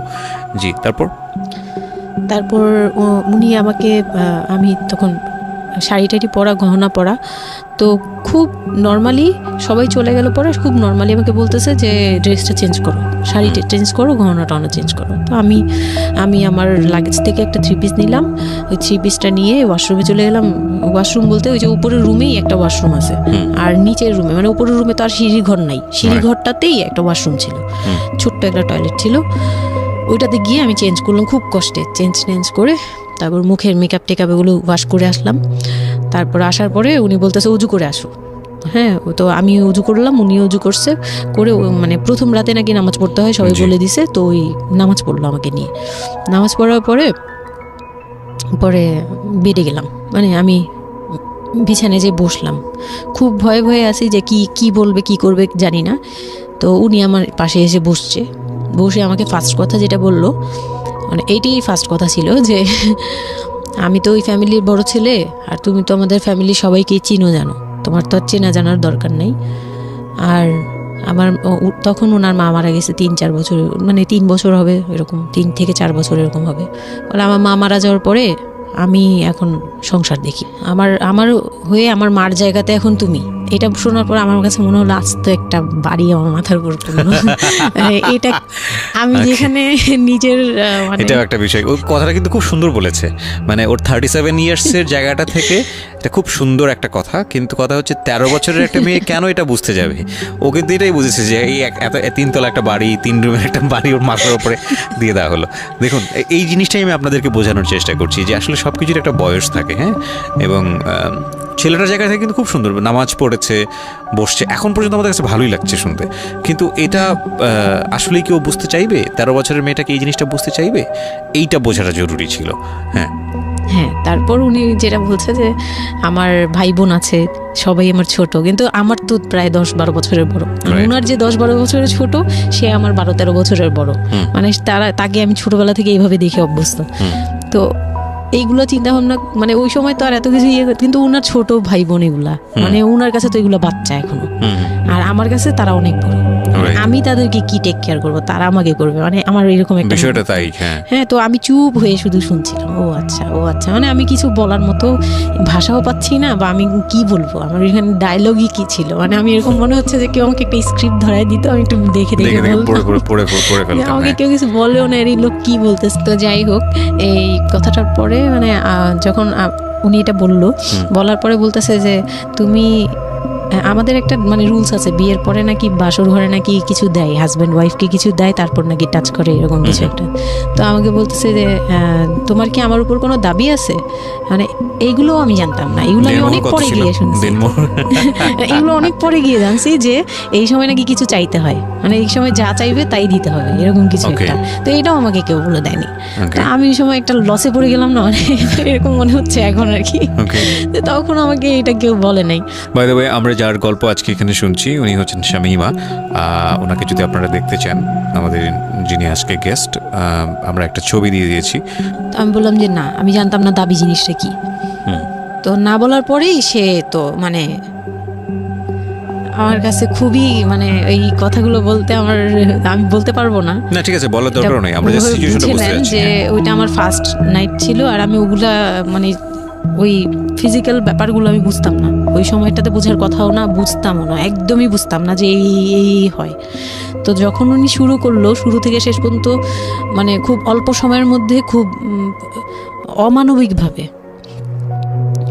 অমানবিকভাবে মানে এটা এখন বর্তমানে যদি আমি কল্পনা করতে যাই তাহলে এটা একমাত্র পারে রেপিস্টরাই পারবে, এটা রেপ ছাড়া কিছুই ছিল না। এখন বুঝি, ওই সময় বুঝতাম না। আর ওই সময় আমি এগুলো বুঝতাম না দেখে, আর আমাকে একটা কথা বলা হয়েছিল, আমার মাথায় একটা জিনিস কাজ করছিল যে ভাবি বলছে যে এইখানে যা হবে এগুলো সবই ঠিক, হ্যাঁ এখানে যাই হোক, মানে ভেঙে বলেনি, বলছে তোর সাথে আজকে যা হবে এইটি ঠিক, আর এটা মেনে নিতে হবে, আর এটা যদি না মেনে নিস তাহলে মানে এই ধরনের একটা বলছে যে এটা আজকের রাতের কোনো চিল্লাচিল্লি করা যাবে না। তো আমিও চুপ করে, আমার কাছে মনে হচ্ছিল কেউ আমাকে ছুরি দিয়ে আঘাত করতেছে, মানে মনে হচ্ছিল যে কেউ আমাকে ছুরি দিয়ে আঘাত করতেছে, আর আমি ব্লাড দিয়ে পুরো মানে আমার শরীরে সব ব্লাড বের হয়ে যাচ্ছে। আমার এরকম মনে হচ্ছে যে আমার শরীর থেকে সব ব্লাড বের হয়ে যাচ্ছে, আমি মানে গরু কাটলে যেরকম করে না, আমি এরকম কাঁপতেছি, ওরকম কাঁপতেছি। কিন্তু সে তার কাজ করলো। আমি খুব অবাক হয়েছি যে আমি উঠে বসতে পারতেছিলাম না, সে আমাকে টান দিয়ে উঠে বসায় বলতেছে ওয়াশরুমে যাও। আমি ওয়াশরুমে কীভাবে গেছি আমি জানি না, আমি খুব ধরে খুব মানে খুব কষ্টে কাঁপতে ওয়াশরুমে গেলাম, ফ্রেশ হয়ে আসলাম। আসার পর আমি খুব কষ্টে যে আমি যখন বিছানায় মানে ঘুমাতে যাব তখন আবার মাই গুডনেস এরকম করে সে সারা রাতে মানে রাত 3টা থেকে ভোর সকাল 8টা পর্যন্ত 4বার আমার সাথে এইরকম করলো। আমি আর সকালে উঠতে পারি না, মানে আমি উঠে বসতে পারি না। তারপর 2-3 দিন কি হয়েছে আমার মাথায় নেই, মানে আমি এখন আর এটা বলতে পারবো না, কারণ আমি পুরো সেন্সলেস ছিলাম, আর ওনারে দেখলেই আমার ভয় লাগতো। সে যতবার আসতেছে সামনে। 2-3 দিন আপনি সেন্সলেস অবস্থায় ছিলেন? আমি জানি, মানে আমি সেন্স ছিল, কিন্তু আমি এখন গল্পটা বলতে পারবো না যে এই 2-3 দিনে কি হয়েছে। আচ্ছা এই 2-3 দিন আমার বৌভাত হয়েছে, আমাকে পার্লারে নিয়ে যাওয়া হয়েছে, কিন্তু আমি নিস্তব্ধ। আর তখন আমার মানে শারীরিক কন্ডিশন খুব খারাপ, কিন্তু সবাই বুঝতেছিল, কিন্তু কেউ বুঝতে দিচ্ছিল না আমাকে। মানে এভরিবডি অ্যাভয়েড দিস, মানে সবাই জিনিসটাকে অ্যাভয়েড করছে, তারা পার্টিটাকে এনজয় করছে। এটা শুধু আপনার ফ্যামিলির সমস্যা না, এটা আমাদের পুরো সমাজেরই সমস্যা। এটা সমাজটাই অ্যাভয়েড করে। এবং আমার মনে আছে I face huge difficulty for the first time যখন আমি রেডিওতে এই ধরনের একটা, আমি নট আজকেই না প্রথম, আমি এটা আগে বিষয়গুলো খুব চ্যালেঞ্জ জায়গা থেকে আমি প্রচার করার চেষ্টা করেছিলাম। অ্যান্ড আই ফেস, এগুলো হয়তো আমার লিসনাররা কখনোই জানে না, আই ফেস হিউজ ডিফিকাল্টিস। যখন আমার প্রথম বইটা পাবলিশড হয় সেটা নিয়েও আমার একটা বড় ধরনের ডিফিকাল্টি ফেস করতে হয়েছে। একটা অদ্ভুত বিষয় হচ্ছে আমাদের সমাজে এই বিষয়গুলোকে আমরা অ্যাভয়েড করি, আমরা ঢেকে রাখতে চাই, আমরা মনে করি এটা একটা ট্যাবু, এটা সমাজে 8-10 জন মানুষের সামনে এটা নিয়ে আলোচনা করা যায় না। একটু চিন্তা করে দেখবেন আলোচনা করা যায় না এটা কোন অর্থে? যদি বিষয়টা নিয়ে সুড়সুড়ি দেওয়া হয়, যদি বিষয়টা নিয়ে এমনভাবে বলা হয় যে এটা এমনভাবে প্রেজেন্ট করা হচ্ছে যেটা একটা রগা বিষয়, এবং সেটা শুনে আরও কারোর মধ্যে এই ধরনের পাশবিক বা সে আসলে এন্টারটেইনমেন্টের জায়গা থেকে নিয়ে এটাকে মজা হিসেবে নিল, বিষয়টা তখনই একটা প্রশ্ন আসে। কিন্তু যদি বিষয়টা লেসনের জায়গা থেকে আসে, এটা সামাজিক শিক্ষার জায়গা থেকে আসে, যে একটা পুরুষ সে 37 বছর বয়স, সেটা আমিও হতে পারি, আপনিও হতে পারি, বা যে ছেলেটা ওনার জীবনে এসছে সে তো হয়েছেই, যে তারা যেন কখনো এরকম অমানবিক না হয়। এবং নট অনলি দিস, একটা মেয়ে যখন 13 বছরে থাকে তাকে পরিবারের এত বড় সাপোর্টের জায়গা থেকে বাবা এত ভালোবাসতো, তার জায়গাটা থেকেও কোনো একটা সাময়িক সমস্যার সমাধান করবার জন্য বা যাই হোক না কেন শেষ পর্যন্ত যে রাজি হয়েছে, এরকম এক ধরনের এটা তো জবাই করা আমি বলবো, যে একটা মেয়েকে শুধু শারীরিকভাবে হয়তো সে যেই প্রবলেমটা ফেস করেছে ওই রাতে সেটা হয়তো সে ধীরে ধীরে রিকভার করবে, কিন্তু সারা জীবনের জন্যে সে যে মেন্টালি ওই জিনিসটাকে ভয়ানক রকমভাবে একটা বাজে জায়গায় বাজেভাবে চিন্তা করা শুরু করলো মানুষের জৈবিক চাহিদার জায়গাটাতে, এটা তো একটা মানুষের থিঙ্কিংটাকে জবাই করে দেয়া, তাই না? এবং এইটা কত ভয়ানক রকমের অপরাধ, কত ভয়ানক রকমের ভুল। এবং আমাদের এই জায়গাটাতে আমাদের অনেক বেশি পরিমাণে বড় যারা আছি, সিনিয়র যারা আছি, তাদের বোঝা উচিত। প্রথম কথা হচ্ছে লিগেলি যদি আমি বলি তাহলে বিয়েটা বৈধ ছিল না, কারণ সরকার কিন্তু আমরা যতদূর জানি যে 18 নিচে বিয়ে দেওয়াকে পারমিট করে না। দ্বিতীয় কথা হচ্ছে যে মানসিকভাবে সে পরিপক্ক ছিল না। তৃতীয় কথা হচ্ছে যে যদিও বা বিয়েটা হলো তাহলে তাকে যে একটি প্রপার এডুকেশন দেয়া, যে এই বিষয়টা হচ্ছে এরকম, প্রপারভাবে বড় করা, প্রপারভাবে নার্সার করা, সেটার মারাত্মক রকমের অভাব ছিল। ঘটনা এখানে শেষ হয়ে যায় নাই, ঘটনা কিন্তু এখানে শুরু হলো। কারণ বাংলাদেশের অনেক মেয়ের জীবনে এরকম দুর্ধর্ষ রাত আসে, এবং এই রাতগুলো সারাটা জীবনের জন্যে তাকে বেদনার স্মৃতি, তাকে সারাটা জীবনের জন্য একটা ভয়ঙ্কর রকমের মোমেন্টের মধ্য দিয়ে নিয়ে যায়। আমরা এগুলো নিয়ে কথা বলতে পছন্দ করি না, আমরা এগুলো নিয়ে কথা বলি না, আমরা এগুলোকে নিয়ে কথা বলাটা একটা সামাজিক জায়গা থেকে ট্যাবু মনে করি। এই ট্যাবুর ধাক্কায় কত কত মেয়ের জীবন, কত কত মানুষের জীবন, কত কত সংসার জীবন নরকে পরিণত হয়েছে, সে খবর অনেকেই আমরা রাখি না, রাখার প্রয়োজন মনে করি না। But this is a very important issue, that's why I am discussing on this. Okay, বলুন আপনি। তারপর যেটা হচ্ছিল যে মানে ওই রাতের পর থেকে মানে ওই লোকটাকে আমার শুধুই দায়িত্ব মনে হয়েছে। মানে আমার কাছে মনে হতো যে এটা আমার দায়িত্ব, যে উনার বাসায় আমার থাকতে হবে, আর উনার সাথে থাকলে আমার এরকম করতে হবে। You feel like this, right? আপনি এই ঘটনা ঘটার পরে কি আপনি কারোর সাথে ডিসকাস করার সুযোগ পাননি যে না, আমি এরকম ক্লোজ কেউ ছিল না যে আপনার সাথে এরকম একটা বাজে ঘটনা ঘটছে, বা আপনি এটাকে রিকভার করতে পারছেন না মেন্টালি, বা আপনার সাথে যার বিয়ে হলো তাকেও বলতে পারছেন না যে আমার এইসব জিনিসগুলো? না, আমি উনাকে ভালোভাবে নিতেই পারছিলাম না। সোজা কথা, আমি উনার সাথে কোনো কিছু ডিসকাস করতাম না, বা অনেক পরে গিয়ে যখন ডিসকাস করেছি তখন উনি আমাকে উল্টাপাল্টা বুঝ দিয়েছে। মানে অনেক পরের সময়টাতে, হ্যাঁ, ওটা ইট হ্যাপেন্স রেগুলারলি, না র্যান্ডমলি জিনিসগুলো হয়ে যাচ্ছিল আপনার সাথে? হ্যাঁ, প্রায় মাস থেকে 2-3 মাস এরকম হলো। তারপর মানে এটা আমি বলি যে প্রথম তো 4-5 দিন তো রেগুলার হলো। তারপর আমার ব্লিডিং অফ হচ্ছিল না, আমার কন্টিনিউ হচ্ছিল ব্লিডিং। তো এক সময় যে ব্লিডিংয়ের মধ্যেও তিনি অনেক বাজে ইয়ে করেছে। তো ওর পরে আমি বাসায় যেতে চাইলে বাসায় যেতে দিত না, এইভাবে ইয়ে করে ফেললো। আর ফ্যামিলিগত যে ব্যাপারটা ছিল, যে আমার ফ্যামিলি তো তখন, আমার আব্বু তো তখন একদম মানে ফিনান্সিয়ালি খুব উইক ছিল। তো বিয়ের পরে কিছু ফর্মালিটি থাকে, পুরান ঢাকার কিছু রুলস আছে যে বিয়ের পরে মেয়েদের প্রতি সপ্তাহে সপ্তাহে দেখতে যাওয়া, এটা সেটা পাঠানো, প্রতি সিজনে সিজনে এটা করা, এগুলো ব্যাপারে কেউ কনসার্ন ছিল না। মানে তখন মানে আমার ফ্যামিলির কেউ এরকম অ্যাক্টিভ ছিল না, মানে ছিল কিন্তু কেউ কেয়ার করেন। তারপর হচ্ছে এরকম করে আমার সময়গুলো কাটতে লাগলো। তো সবচেয়ে বড় কথা হচ্ছে, আমার যে হাজব্যান্ড ছিল রিপন, উনি আমার বাবার দোকানে কাজ করতো একটা সময়। ওইটা হচ্ছে প্রায় আরো মানে আমার জন্মের সময় বা আমার জন্মেরও আগে। হ্যাঁ, তখন নতুন নতুন আর কি কাজ শেখার জন্য আমার আব্বুর দোকানে ঢুকছে এরকম। তো আমার আব্বু তাকে ক্যাশ বুঝিয়ে দিয়েছিলেন নাকি, তখন নাকি ক্যাশ দিত। তো আমি একটু যখন 2-3 বছরের, তখন উনি দোকান থেকে বের হয়ে নিজে ব্যবসা দিয়েছে, ওখান থেকে তিনি ইমপ্রুভ করছে। তো ওখান থেকে শুরু। আর আমাকে যখন বিয়ে দিছে, মানে আমার যখন বিয়ে হয়েছে, তো ওই রিপন যিনি, ওনার উদ্দেশ্য ছিল যে আমি আমার নানু বাড়ির অংশ পাবো, মানে সম্পদ। আমার নানু বাড়ি খুব বিশাল, মানে বললামই তো যে খুব বিরাট একটা অংশ। আর ওনাদের যে অংশটা ছিল সেটা অনেক আগেই নেওয়া হয়ে গেছে। মানে ওনার দাদা বাড়ি যেটাতে ওনারা ছিল 3 রুম, ওই যে ছোট ছোট 3টা রুম উপরে, ওই বিল্ডিংটা তোলার পরে আমার মামা ওই অংশটা কেটে রাখছে, মানে আমার মামা রেখে দিয়েছে। আর আমাদের যে অংশটা ছিল, তার লোকটা ছিল যে ওই বাড়িতে আমি একটা রুম হলেও পাবো। হ্যাঁ, তো আমার আম্মু তো আর ওইটা নেয়নি। তো আমার হাজব্যান্ডের ইয়েটা ছিল, টার্গেটটা ছিল যে ওই বাসায় একটা রুম হলেও পাবে। আর পুরান ঢাকায় একটা রুম মানেই অনেক কিছু, মানে ওখানে তো প্রায় 1 কোটি টাকা দাম কাঠা। তো একটা রুম মানে 1 কাঠা না হোক, আধা কাঠা হোক, 50 লাখ টাকা হোক, আমার আসবে, এরকম একটা টার্গেট ছিল তার। তো আর বিয়ের সময় তো অনেক কিছু নিয়ে, মানে গহনা টহনা নিয়ে, ফার্নিচার নিয়ে নানান কথা তো শুনতে হয়েছে, ওগুলাও ফেস করছি। মানে ওগুলো খুব পেইনফুল ছিল ওগুলা, কারণ আমি তখন এত কিছু বুঝি না। আমি তখন মাত্র মানে জামা কাপড় বানাই, ঘুরি ফিরি, খাই দেই, ব্যাস ওই পর্যন্তই। আমি কারো জিনিস নিয়েও মাথা ঘামাই না। ওখানে আমার উপরে প্রেশার আসছে যে আমার ফার্নিচার এমন কেন, আমার গহনা এমন কেন, তুমি বাসায় বলো না কেন, তোমার খাট এখনো আসতেছে না কেন। আমার বিয়ের পর খুব বৃষ্টি ছিল তখন, মানে আমার ফার্নিচার, আমার চাচা ছিল ফার্নিচারের, ওনার বিজনেস।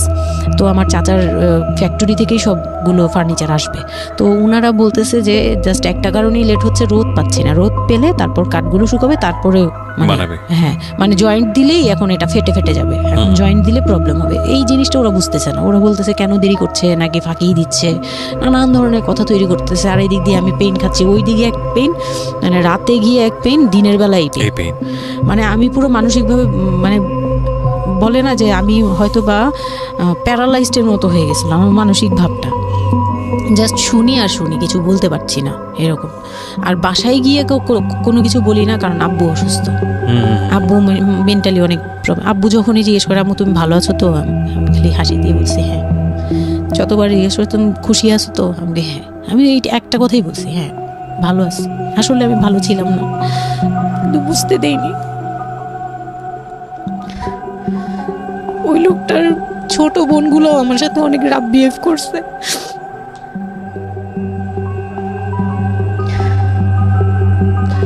তো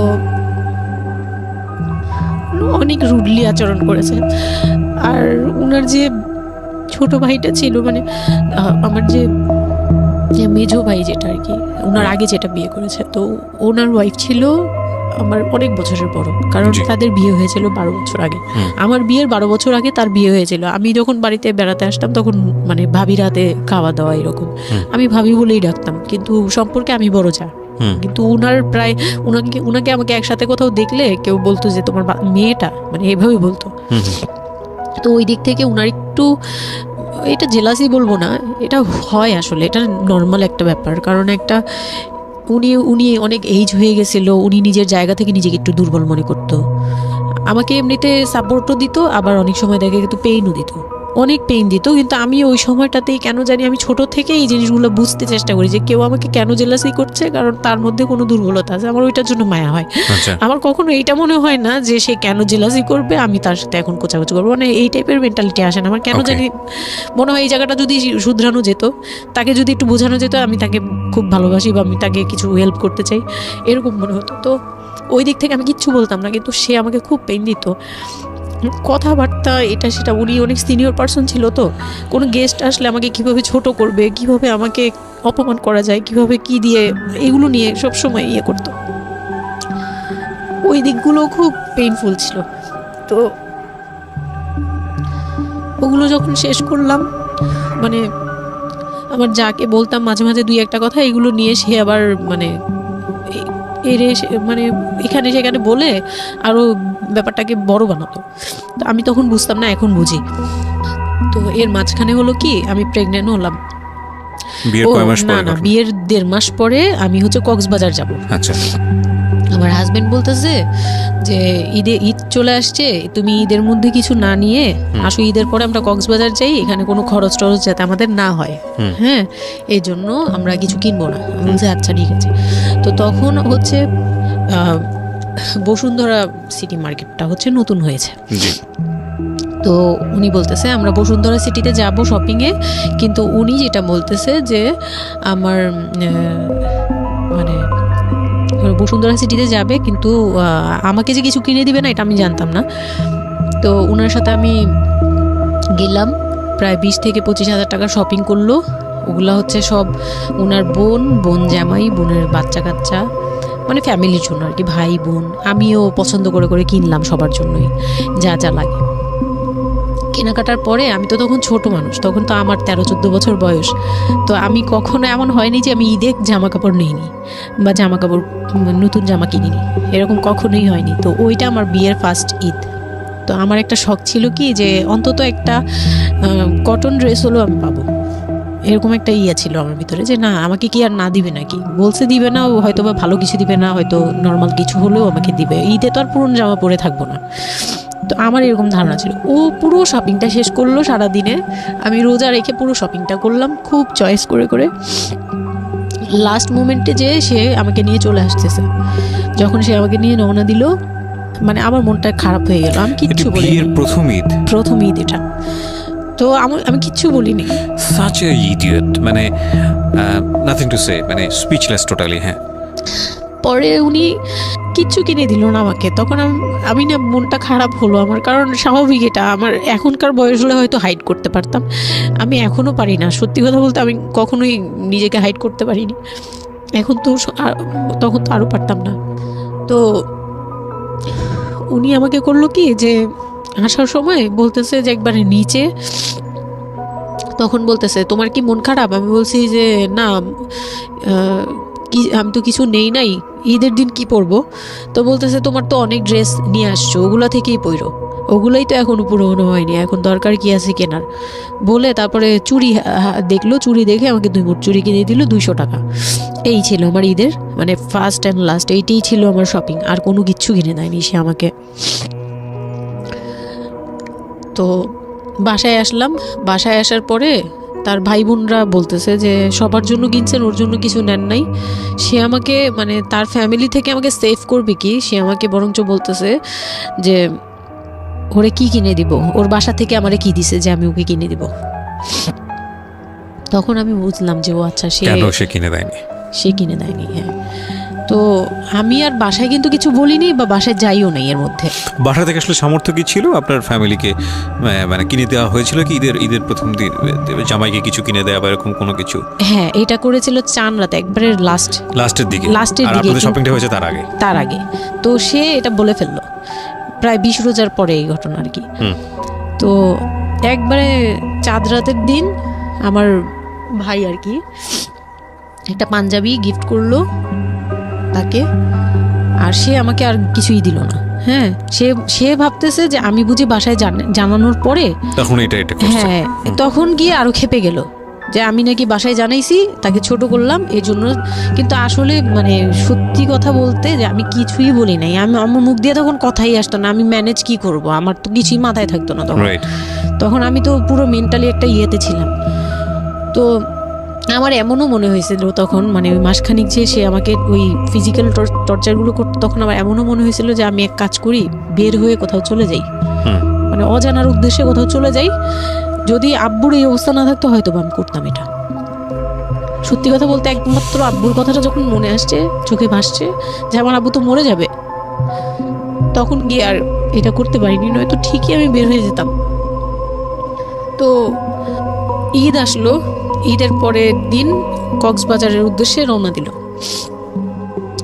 আর তার একটা অভ্যাস ছিল যে মানে সে কিছু দিলে বা করলে বা আমার জন্য যদি সে 2 টাকাও খরচ করতো, এটা খুব হাইলাইট করতো, সবার সামনে তুলে ধরার জন্য চেষ্টা করতো। কক্সবাজার যাবে, সে খুব মানে ঢোল পিটাচ্ছে যে আমাকে নিয়ে কক্সবাজার যাচ্ছে, কিন্তু শপিং করে দেয়নি, এটা আবার হাইড করতেছে। আচ্ছা, যাই হোক, ওই সব বলতে গেলে শপিংয়ের টাকা সেভ করে আমাকে কক্সবাজার নিয়ে যাচ্ছে। তো গেলাম কক্সবাজারে, সেখানে গিয়ে আরেক ধাক্কা খেলাম যে কক্সবাজার যাওয়ার পরে প্রথম রাত মোটামুটি ভালো ছিলাম, পরের দিন সকালে সে আমার সাথে মানে এমনভাবে মানে ফিজিক্যাল রিলেশন করতে চেয়েছে যেটা সম্পর্কে আমি অবগত ছিলাম না, মানে আমি জানতাম না যে এরকম কিছুও হয়। তো এক সময় সে আমার হাত পা জোরাজোরি করে ধরে, মানে প্রায় হাত পা বাঁধার মতো জোরাজোরি করে সে আমার সাথে ওই রকম কিছু করতে চায়। তখন আমার মানে আমি খুব বাধা দেওয়ার পরে বা চিল্লাচিল্লি করার পরে সে আমার গায়েও হাত তোলে, 2-3টা চট থাপ্পড় দেয়। আপনাদের মধ্যে সম্পর্কের জায়গাটা কি আপনি তখনও কি ওনাকে আপনি করে বলতেন? হ্যাঁ, আমি এখনো স্টিল নাও। তার মানে বিষয়টা এরকম হয়ে গেছে যে ওই দূরত্বটা বিয়ের পরে ছিল, এবং সেই দূরত্ব থাকা অবস্থায়ও ও এই জিনিসগুলো প্র্যাকটিস করে যাচ্ছে ওর মতো করে। এবং সেখানে যখন ও সাকসেসফুল হতে না পারছে, তখন সে আপনার গায়ে হাত তুলছে, তাই তো? সেটাই। হ্যাঁ, তারপর আর সবচেয়ে বড় কথা হচ্ছে সে তার জায়গাটা, সে তার চাওয়াগুলো সব পূরণ করতেছে, বাট আমার দিকটা দেখছে না। এবং সে যে শুধু আমার না, মানে সে মানুষটাই এমন, আগে বুঝি নেই, পরে অনেক ধীরে ধীরে গিয়ে পরে বুঝতে পেরেছি যে উনি সম্পূর্ণ সেলফ সেন্টার, মানে নিজের যেটা অধিকার সেটা সে আদায় করে নিবে, তার বাকিগুলো নিয়ে তার কোনো মাথা কি হচ্ছে বা কার কি হচ্ছে এটা দেখার বিষয় না, এই টাইপের মেন্টালিটি। তো এইগুলো করার পরে আমার মানে খুব পেইন হলো, আমার খুব কষ্ট হলো যে আমি কবে আবার ঢাকায় যাব, একটা পেইন। ওটা কি জীবনের প্রথম কক্সবাজার যাওয়া? হ্যাঁ, ওইটা আমার লাইফে ফার্স্ট। চিন্তা করে দেখুন, এটা এক ধরনের হানিমুনি বলা চলে ওদের জন্য। হানিমুনি করা হয়েছিল, কিন্তু ওটা আমার জন্য হানিমুন ছিল না, অন্য কিছুই ছিল। আচ্ছা, খুব পেইনফুল ছিল।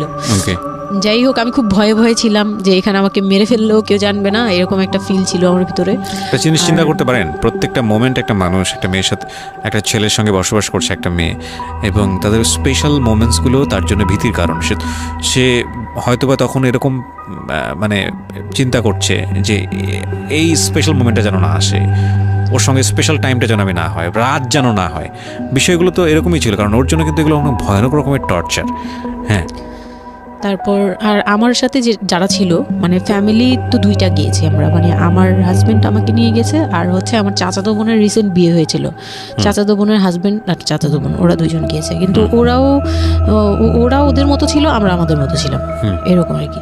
তো ওইভাবে আর আমাদের সাথে ইয়ে করা হয়নি যে একদম সব বিষয়ে ডিটেলস বলা। আর আমার চাচাতো বোন আমার অনেক বড় ছিল, যার কারণে আমি আপুকে বলতাম না, লজ্জা পেতাম।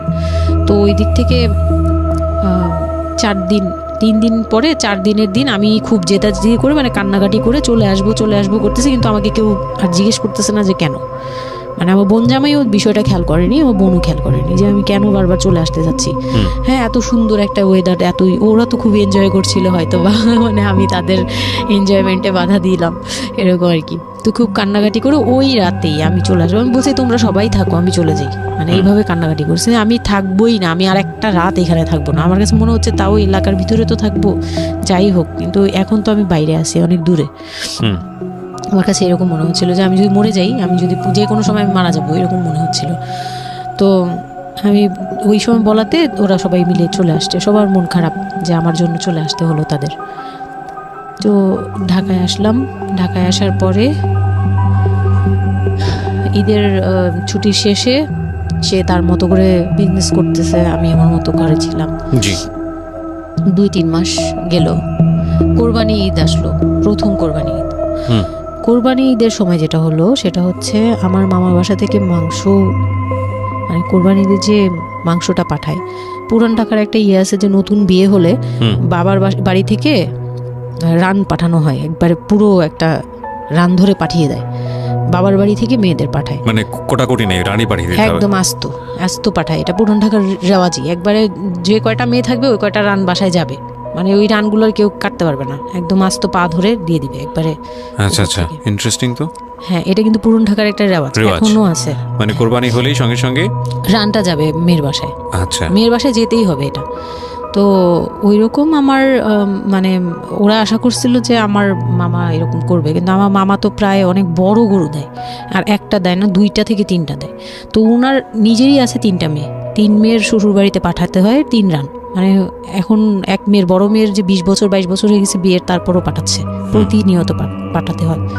তো ওই দিক থেকে আমি যদি এখন আরেকটা নেই, তাহলে উনার কিন্তু আরও কাউকে উকিল দিয়েছে বা আরও কোনো মেয়ে আছে, মানে আমার উকিল দিয়েছে আমার খালু দিয়েছে, আরেক খালু, আমার ওই খালা হচ্ছে আমার আম্মুর খালাতো বোন, মামাতো বোন, কিন্তু আমাদের বাসায় মানে আমার নানু বাড়িতে বড় হয়েছে দেখে আমার আম্মুর খুব ক্লোজ। তো ওই খালু আমাকে উকিল দিয়েছে। তো ওই দিন করলো কি যে এই রান পাঠায়নি বলে, সেই রান পাঠায়নি ঠিকই, কিন্তু রানের যে উপরের অংশ মানে বড় একটা পিস আমার বাসায় পাঠানো হয়েছে আমার উদ্দেশ্যে, আর নামটা আমার লিখে দিয়েছে, আমার নাম লেখা এইটা পাঠিয়েছে। তো ওই মাংসটা রেখে যখন চলে গেছে না আমার ভাই, তার ছোট বোন, আমি তখন মানে দেখলাম যে মানুষ কতটা হিংস্র হলে পরে এরকম ফেস হয়। আমি তো চুপ করে বসে আছি, আমি কিছুই মাথায় নেই যে এটা নিয়ে যে কী হবে, আমি বুঝিই নেই বিষয়টা। সে মাংসটা ধরে রাস্তায় ফেলে দিছে ঈদের দিন রাস্তায় ফেলে, এই মাংসে কেন ওর নাম লেখা থাকবে, তাহলে এই যে আমরাও তো ভাগ্নি, মানে আমরাও ভাগ্নি, আমাদের বাড়িতে আমার মাংস আসছে, ওর নাম দিয়ে আসছে, তাহলে রান আসলো না কেন, দোষ হয়ে গেছে, এটা খুব বড় অন্যায় হয়ে গেছে, ভয়ানক। আমি ভয়ানক বলছি কারণে যে আমাদের সমাজে কিছু কালচার আছে যেগুলো আসলে মেয়ের বাড়ি থেকে পূরণ করা হয়, ধরে নেওয়া হয়, বা ছেলের বাড়ি থেকেও, সেটা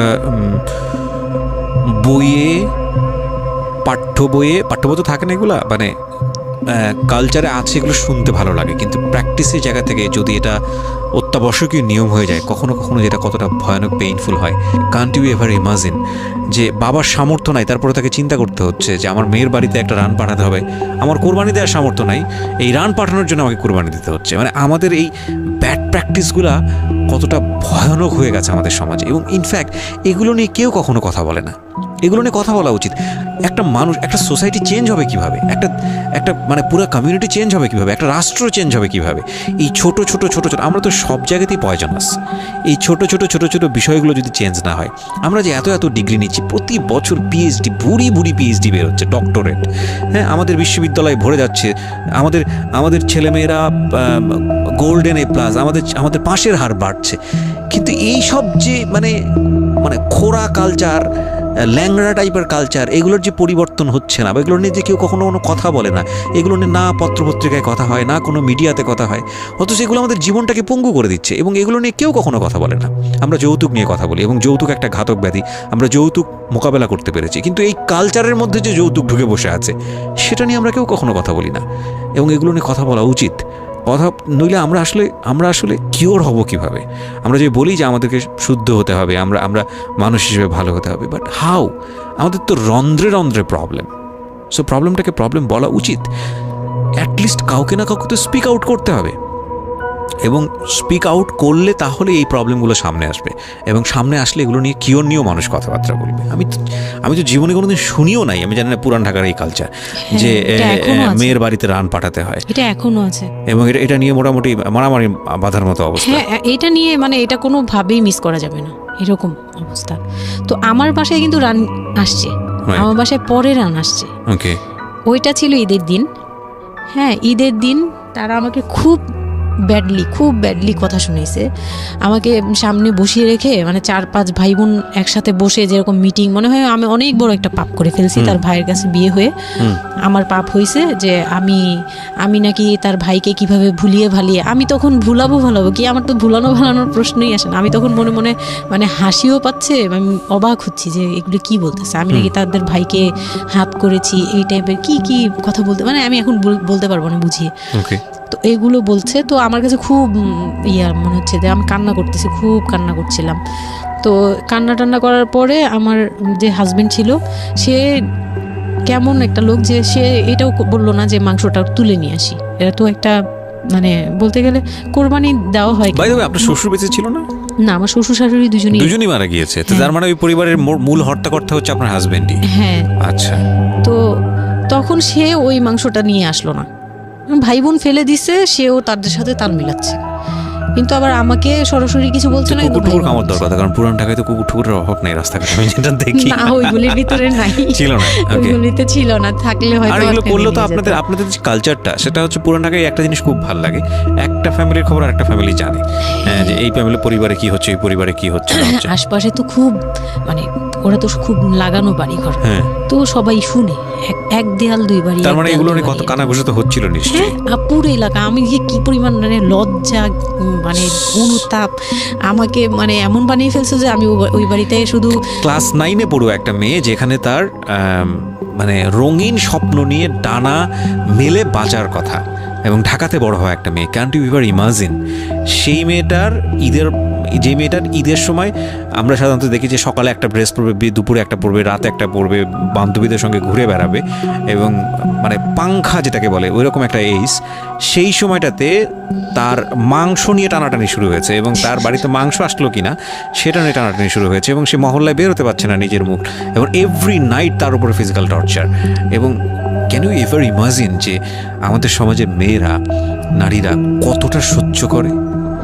কেউ সুবিধাভোগী অফকোর্স, কিন্তু ম্যাক্সিমাম ফেসটাই হয়তো বা এরকম।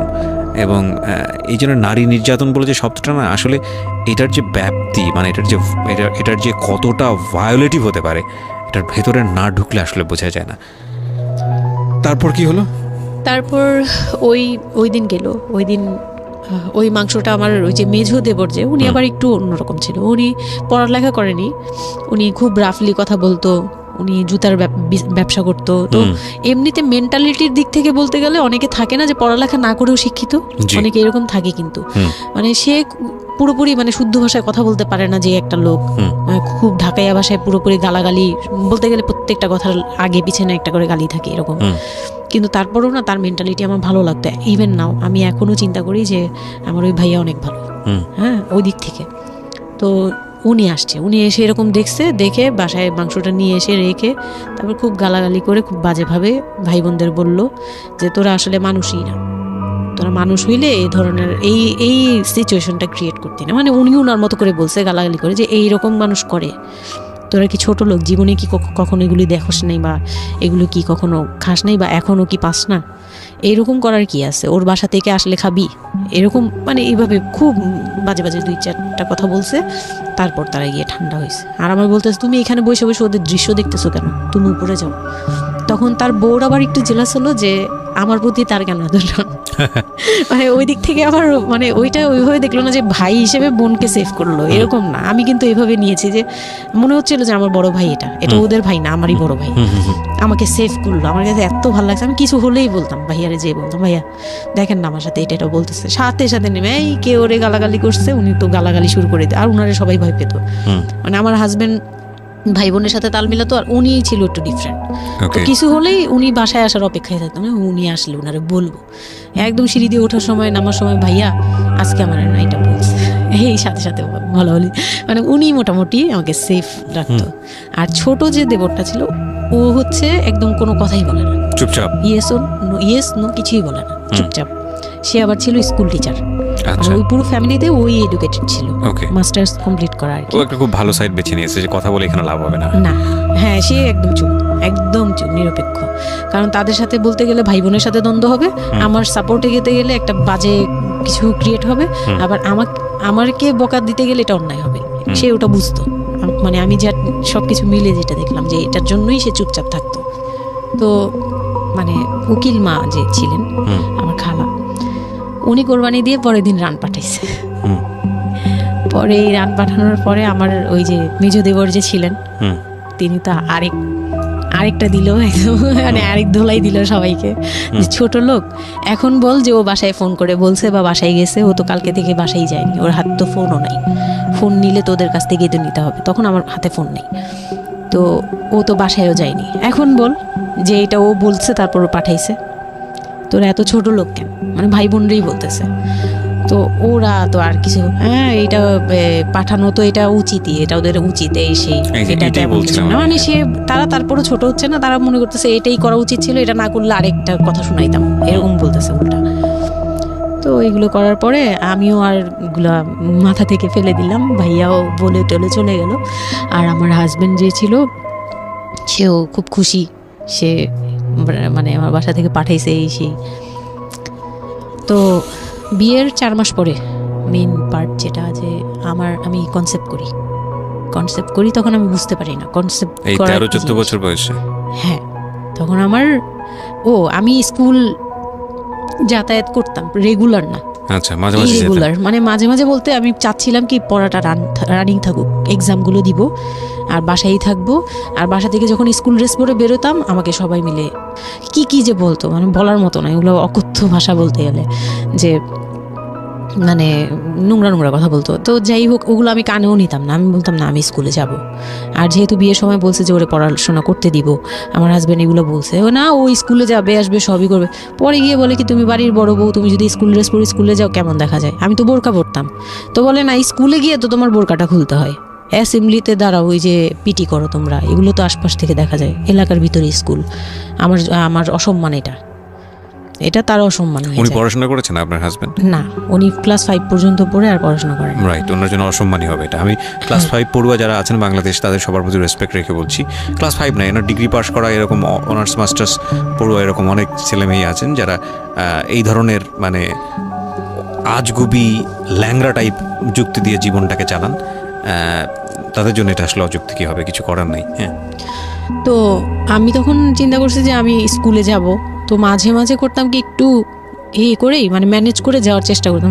বিষয়টা যদি এরকম হতে ধরেন, আমি জানি না, প্রথমত যেটা ঠিকই হয়নি, মানে কোনো কিছুই ঠিক হয়নি, শুনছি আর মেজাজ খারাপ হচ্ছে আসলে, মানে কোনো কিছুই ঠিক হয়নি। তারপরেও যদি খারাপের মধ্যে ভালোটা চিন্তা করি, যে ঠিক আছে এত কিছু, একটা মানুষের এত খারাপ, একটা দুটো দিক তো ভালো থাকতে পারে না, ওর ওয়াইফকে সে সাথে করে নিয়েছে, ঠিক আছে তোমার স্কুলে চলো আমি তোমাকে পৌঁছে দিয়ে আসি, স্কুলে পৌঁছে দিয়ে আসলো, স্কুল থেকে নিয়ে আসলো। কিছু জিনিস হয়তো ওনার আত্মসম্মানে লাগবে, যেহেতু উনি বেশি দূর পর্যন্ত লেখাপড়া করেনি, উনি অনেক কালচারের সাথে অভ্যস্ত না, এতটুকু হলেও তো ও নিজের মনটাকে বুঝ দিতে পারতো যে না আমার হাজবেন্ড আমাকে কেয়ার করে। মানে স্টুপিডিটির আর কেউ নেই, লিমিটলেস স্টুপিডিটি যাকে বলে। তুমি অ্যাসেম্বলিতে দাঁড়াবে, সেখানে তোমার লেখাপড়া বন্ধ, বদমাইশ। তারপর স্কুল বন্ধ করে দিল। না, তখন আমি কনসেপ্ট করি, আমি বুঝতে পারিনি, আমার তখন টেস্ট পরীক্ষা চলছে স্কুলে। তো পরীক্ষা দিতে দিতে আমার মানে শারীরিক পরিবর্তন খেয়াল করলাম যে আমার বমি লাগতেছে খুব, মানে বইয়ের দিকে তাকাতে পারছি না, খাতার দিকে তাকাতে মানে মাথা কেমন করতেছে। তখন ক্লাস 9-এ। তখন আপনি জানেন না আপনি কনসিভ করেছেন? না, তখনও মানে এইটার সিমটম ফার্স্ট। তো এইরকম হওয়ার পরে রাতে 11:30-12টার দিকে আমি না খুব গড়াগড়ি করে কান্না করতেছি, জোরে জোরে, মানে খুব গড়াগড়ি করে জোরে জোরে কান্না করতেছে। আমার মাথায় নেই যে কে শুনতেছে কে না শুনতেছে এরকম। তো এটা দেখে তার বোন, যেটা বিয়ে হয়ে গেছে, সে আবার ছিল বাসায়। তো সে দেখে বলতেছে, সে আবার মানে খারাপ লাগছে তার কাছে, বলে চলো এক্ষুনি তোমার নিয়ে হসপিটালে যাব। হ্যাঁ, ওর কি হইলো হঠাৎ করে, কি খাইছিলা তুমি, কি উল্টাপাল্টা কিছু খাইছো কি নাই? সেই বলছি না, আমার কেন জানি অনেক পেট ব্যথা করতে, আমি পারতেছি না সহ্য করতে, পেট জ্বলতেছে আমার খুব। তো নিয়ে গেল ডাক্তারের কাছে। তখন ডাক্তার আমার নার্ভস দেখে বললো যে she is pregnant. But 100% confirm করতে পারবেন না এমনিতে, তবে উনি আর কি উনার মতো করে বলছে। আর ওকে। তখন টেস্ট দিল একটা, যে রাতে নিয়ে যান, ইউরিন টেস্ট টাইপের একটা কিছু বাসায় করা যায়, ওই টাইপের একটা টেস্ট দিল। তো ওইটাই করলাম। বাসায় এসে করার পরে পজিটিভ আসছে, যেভাবে বলছে ওইভাবে করছি, করার পরে পজিটিভ আসছে। How do you feel? Positive আসার পরে মানে আমার কাছে যেটা মনে হচ্ছিল যে আমি মানে এতটা খুশি হয়েছি। আমি কিন্তু বিয়ে নিয়েও খুশি না, আমার মনে হচ্ছে এটাই আমার অ্যাচিভমেন্ট লাইফের। আচ্ছা, এতটা খুশি হয়েছে আমি বলতে পারবো না কেন। এটা আসলে ন্যাচারালি আল্লাহ হয়তো প্রত্যেকটা মেয়ের মধ্যে এই বিষয়টা দিয়ে দেন, যে নইলে আসলে মা কেন, মানে মা তো মাই, এটা আসলে আল্লাহ গিফটেড অফকোর্স। দেখেন, এরকম একটা ডিফিকাল্ট সিচুয়েশনের মধ্যে, যেখানে 13 বছর বয়সে ওর আসলে এই জিনিসটা ফিল করার কথা না, সেখানে ও ফিল করতেছে, এটা কিন্তু লজিকলেস ফিল, এবং এই ফিলটা সম্পূর্ণই ন্যাচারাল। ওকে, আমার কাছে তখন মনে হচ্ছিল কি যে আমার পেটে একটা জীবন্ত কিছু আছে, এক্স্যাক্টলি, মানে এইরকম ফিল হচ্ছে। আর আমি এটাকে মানে একটা কিউরিওসিটিও, যে দেখি তো কি হয়, কতদিন পরে কি হবে, মানে এটা আস্তে আস্তে বড় হবে, এটা কি করবে পেটে, এটা কিভাবে আসবে, মানে দুনিয়াতে কিভাবে আসবে, এটা এইগুলোও জানি না আমি, যে মানে এটা বড় হলে পরে এটা যে কিভাবে দুনিয়াতে আসবে। You feel like it's a game, কোন একটা খেলা, মজার একটা খেলা, যে আমি একটা কিছু পাইছি, এটা নিয়ে থাকা যাবে এখন, এরকম মনে হচ্ছিল তখন। খুব মানে খুব কেন জানি খুব আনন্দ, মানে মা হওয়ার ফিল না, কিন্তু এটা মা হওয়ার ফিল না, কিন্তু কিউরিওসিটির জায়গা থেকে কিছু একটা আছে আমার সাথে, আমি এটা নিয়েই থাকবো এখন, মানে আমি একটা কিছু পাইছি এখন, আর আমি একা না, এরকম মনে হচ্ছে। তা আমি না দৌড়ে দৌড়ে বের হয়ে বললাম কি, ওই যে বোনটা আমাকে রাতে নিয়ে গেছিলো ডাক্তারের কাছে, সে তো ছিল রাতে। তো আমি বের হয়ে বলতেছি কি, আপা আমার না এইরকম 2টা আসছে, মানে এই পজিটিভ স্টেপগুলো আসে যেগুলো বলছি। পরে সে না সাথে সাথে বলে কি, এখন তো আমাদের কদর কমে যাবে আরো। প্রথম ছিল এটা, প্রথম ডায়লগ ছিল এটা, মানে মনটা খারাপ করে সে বড় নিঃশ্বাস ফেলে বললো, হ্যাঁ এখন তো আমাদের কদর কমে যাবে, আর তো এখন তো আর কম কম আসা লাগবে। তার সাথে ছোট বোনটা বলতেছে, তুমি না সময় কমে বুঝে কথা বলো না, এইগুলো তো বুঝতে হবে, মানে তাদের মতো করে তারা বলতেছে, যে পুরন ঢাকার মানুষ যেভাবে বলে ওইভাবে বলতেছে, যে এগুলো তো বুঝতে হবে, যে এগুলো প্ল্যান করা, মানে আমি ইচ্ছা করে কনসেপ্ট করছি এরকম কিছু বুঝাইছে, কিন্তু আমি তখনও না এই জিনিসটা মানে ঘোলা আমি বুঝি নাই যে ওরা কি বলতেছে দুইজনে। তা আমি বলি যা মজা তাই বলুক, আমি আমার মতো থাকি। তা আমি দৌড় দিয়ে গিয়ে আমার হাজবেন্ডকে না বললাম, এই উঠেন না। আমি তখন পর্যন্ত কিন্তু তাকে খুশি হয়ে কিছু বলিনি, ফার্স্ট তাকে খুশি মনে কিছু বলতেছি। বিয়ের 4 মাসে আমি তাকে কখনো ডাকও দিইনি, তাকে কিছু বলিও নাই, বা আমি ওনাকে কোনো রিকোয়েস্টও করি নাই, কোনো আহ্লাদও করিনি। ফার্স্ট মানে মনে হলো যে আহ্লাদ করে বলি, যে জানেন আমি এরকম আসছে আমার। তো আমি কাকে বলবো, ওদের করে খুশি করতে পারিনি, যাই রে দেখি খুশি করতে পারি কিনা। যে তাকে ধাক্কা দিছি, সে ঘুম থেকে বিরক্ত হয়ে উঠলো, এই ধাক্কা কি করো কেন, কি হয়েছে? আমি তো মনটা ভেঙে গেলাম, কি যে আমি তো এরকম আমার পজিটিভ আসছে, দেখালাম যে এই যে এটা হলে না পজিটিভ হয়, রাতে পেট ব্যথা বলছিলাম না, তো ওইটার ইয়েতে এটা আসছে। তারপরে না চুপ হয়ে তাকায় আছে, বলে কি এইগুলা কি মানে বুঝলাম না। বলে কি এইটা তো ঠিক না। কি ঠিক না? তারপর বলতেছে যে এই এখন তো এগুলোর দরকার নেই, আমাদের এখন তো এগুলোর কোনো দরকার নাই। তো আমি বলি আপনি আমার স্কুল যেতে দিবেন না, আমি এবার তখন খুললাম। এমনি স্কুল যেতে দেন না, তারপরে আর আমি তো এই জিনিস মানে এটা কিভাবে কি হয়েছে আমি তো জানি না। আমি ভাবছি যে আপনি হয়তো বা কিছু করছেন, আমি জানি না। আমি তাকে এইভাবেই বললাম খুলে যে আমি তো আসলে জানি না, যে আমি ভাবছি আপনি চাচ্ছিলেন এই জন্য হয়তো বা এরকম কিছু হয়েছে। আর মানে প্রোটেকশন নেওয়া টেওয়া সব কিছু তার উপর ডিপেন্ড করে। তারপর হচ্ছে এটা বলার পরে না মানে আমি আর কিছু বলার মতো ইয়েতে ছিলাম না, আমি চুপচাপ, যে ওরা কি করবে না করবে আমি কিছু জানি না। তো আমার হাজবেন্ড যেটা করলো, যে সে চাচ্ছিল না যে আমি মানে সে চাচ্ছিল না বেবিটা, মূল কথা হচ্ছে সে চাচ্ছে বেবিটা চাচ্ছে না মানে, কিন্তু কিছু বলতেও পারছে না। আমি এবার বাসায়ও বলছি, বাসায় সবাইও খুব চিন্তিত আমার এইটুক বয়সে আমি কিভাবে কি করব। আর এদিক দিয়ে আমি এবার কিছুই বলছি না, আমি আমার মতো করে চলছি, নর্মাল লাইফ কাটাচ্ছি। আমার কোনো শারীরিক পরিবর্তন তেমন আসে নাই, সত্যি কথা বলতে। শুধু একটু মানে কিছু কিছু খাবার আছে একটু বাজে লাগতো, এই ছাড়া আমার সবই নর্মাল। আমি নর্মাল ওয়েতেই আমি ওই ওষুধ খাচ্ছি রেগুলার, আর হাঁটা চলা করতেছি, লাফালাফি সিঁড়ি বাওয়া কোনো কিছুতেই আমার ইয়ে নেই। আছে ডাক্তার থেকেও কোনো ধরনের কোনো কন্ডিশন দেয়নি? না, ডাক্তার দিয়েছে, ডাক্তার ওই যে 2-1টা ওষুধ দিয়েছে। প্রথম কথা হচ্ছে ডাক্তার থেকে যে বাক্যটা আসলে ছিল যে এই 13 বছরের মেয়ের সাথে এটা কিভাবে হলো? ও ডাক্তার, হ্যাঁ। তখন যখন ফার্স্টে ওই দেখলো, তো উনি বললো যে এটা তো আসলে নষ্ট করাটা ওর জন্য রিস্ক। এক্স্যাক্টলি, মানে সব দিক থেকে তো রিস্ক। ডাক্তার যেটা বললো, যে জাফর ইকবাল আমার বাসার পাশেই ছিল উনি, তো উনি আমাকে যেটা বললো যে এই মেয়ের মানে রাখাটাও যেমন রিস্ক, ফেলে দেওয়াটা। আর যেহেতু মানে আল্লাহকে তো সবাই বিশ্বাস করি, তো বলতেছে যে যেহেতু আল্লাহ চাচ্ছে, যেহেতু এসেই পড়ছে, এটাকে নিয়ে আমরা মাতাবুরি না করি, যেহেতু রাখাও রিস্ক ফেলে দেওয়াও রিস্ক, তাই রাখুক না। এটা এইভাবে আল্লাহকে নিয়ে বলা যাবে না, এমন বলছে, ভুল বলেছে না। উনি বলছে আর কি থাক, ঠিক আছে, যদি ভাগ্যে থেকে থাকে তাহলে হবে। আর এই বয়সে হয়, কিন্তু এত অল্প বয়সে নেওয়াটা ঠিক না, উনিও এটা বলছে। তো ওইভাবে ইয়ে করার পরে তো আমি তো রাখছি ঠিকই, কিন্তু আমি তো মানে ওই সময়টা তো ভালোই গেছে। বাচ্চাটা হওয়ার পরে তো আমি বুঝতে পারছি যে আসলে জিনিসটা যে আমার পুরো কত বড় একটা ইয়ে ছিল। এখন আপনার হাজবেন্ড হ্যাপি না, সে চিন্তিত বিষয়টা নিয়ে। তারপরে কি হলো? তারপরে থেকে তার মধ্যে আমার মধ্যে একটা বিরাট গ্যাপ তৈরি হলো। সে আমার সাথে মানে টোটালি মিশে না। ওকে। ওই সময় থেকে যখন শুনলো, রাতে 3টা-4টা বাজেও আসে বাসায়, তার মধ্যে একদম পুরো চেঞ্জিং চলে আসলো হঠাৎ করেই। কি কারণে জানি না, মানে আমি নিজেও জানি না আমার কি ভুল ছিল বা কি, আমি নিজেও বুঝছিলাম না তখন। ওই সময় একদিন আসলো রাতে 3:30 না 3টার দিকে, হ্যাঁ 3টার পরে আর কি আসছে। আসার পরে আমি ওই দিন খুব খেপলাম যে প্রত্যেক রাতে, আমি একটা অসুস্থ মানুষ, আমি রাত জেগে আপনার জন্য ভাত নিয়ে বসে থাকি, আপনি প্রত্যেক রাতে এরকম লেট করে আসেন, আমাকে গেট খুলে দিতে হয়, আমি ঘুম থেকে উঠেও গেট খুললে আমার খুব কষ্ট হয়, সিঁড়িটা বেয়ে নেমে আমার গেটটা খুলতে হয়, আমার ভয়ও লাগে। আমি কখনো বাসায় একা থাকিনি। ওই প্রথম মানে আমাকে সে চুলে ধরে সে টেনে ও সিঁড়ি দিয়ে নামাইছে, মানে নামায়া সে আমাকে বের করে দিবে এখনই। হ্যাঁ, এত বড় ইয়ে হয়ে গেছে, সাহস হয়ে গেছে, এক্ষুনি বাসা থেকে বের হও। সে কিন্তু নেশাও করে নেই, কিচ্ছু না, সুস্থ একটা মানুষ, এরকম করতেছে।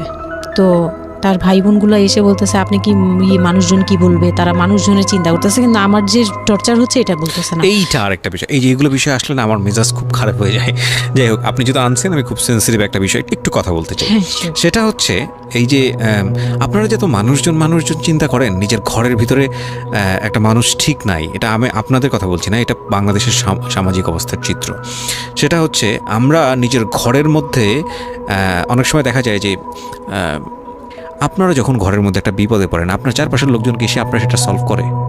তো ফার্স্ট আপনি ঘরের কথা আগে চিন্তা করেন, আপনার মেয়ে কীভাবে ভালো থাকবে সেটার কথা চিন্তা করেন, আপনার ছেলেটা কীভাবে ভালো থাকবে সেই কথাটা চিন্তা করেন।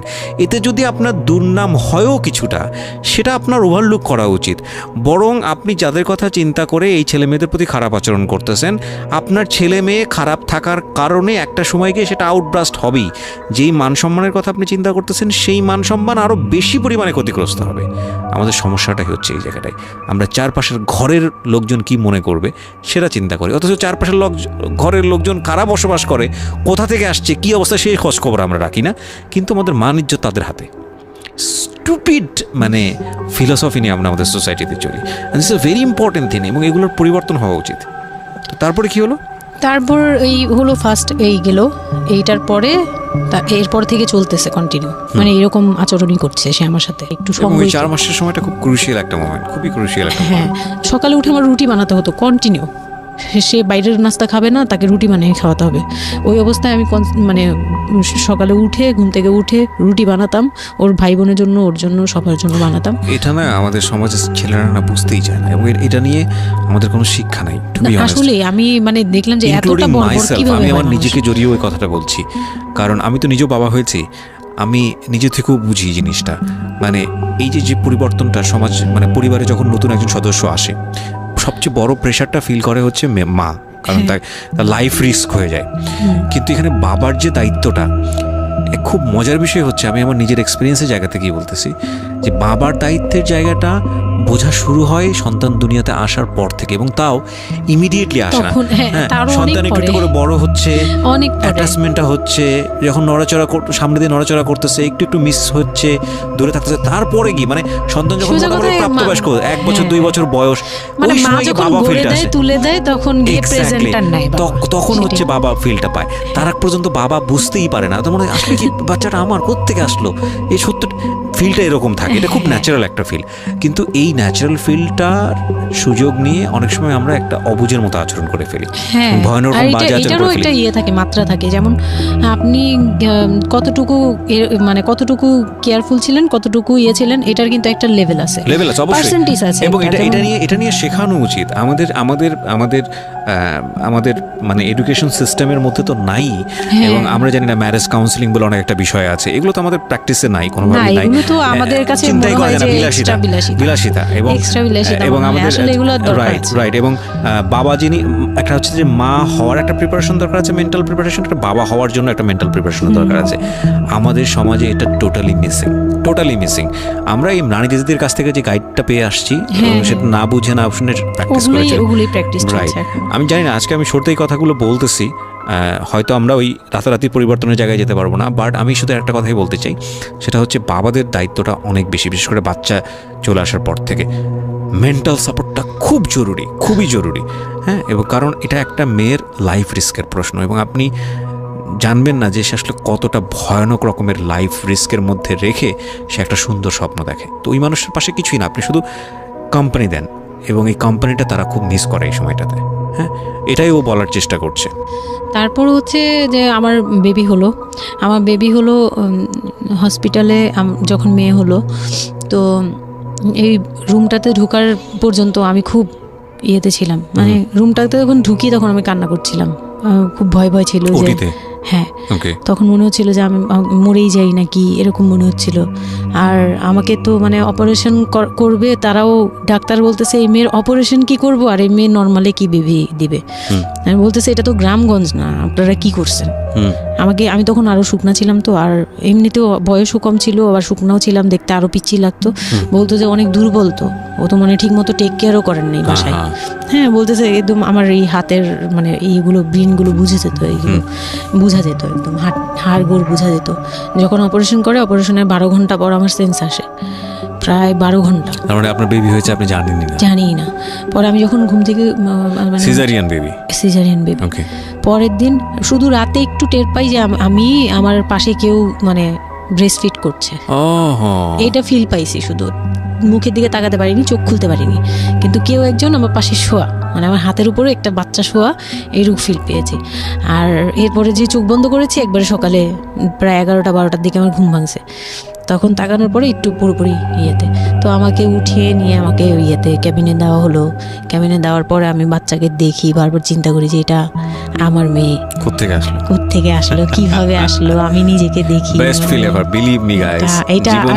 তখন না আমার মাথায় এটাও ছিল না যে এটার বাবা কে, এটার ফুপু কে, এটার চাচা, হোয়াট এভার, আমার বাচ্চা এটা, মানে আমি এখনো স্টিল না, আমার বাচ্চা এখন ক্লাস 8-এ পড়ে, এখন আমি তাকে বাচ্চা বলি। হ্যাঁ, তো ও আর আমি একসাথে হাঁটলে মনে হয় কি মানে ফ্রেন্ড আমরা, এরকম। পর হচ্ছে ওই বাচ্চাটা হওয়ার পরে সে খেলে, আমার খুব ভালো লাগে, তাকে নিয়ে আমার সময় ভালো কাটে।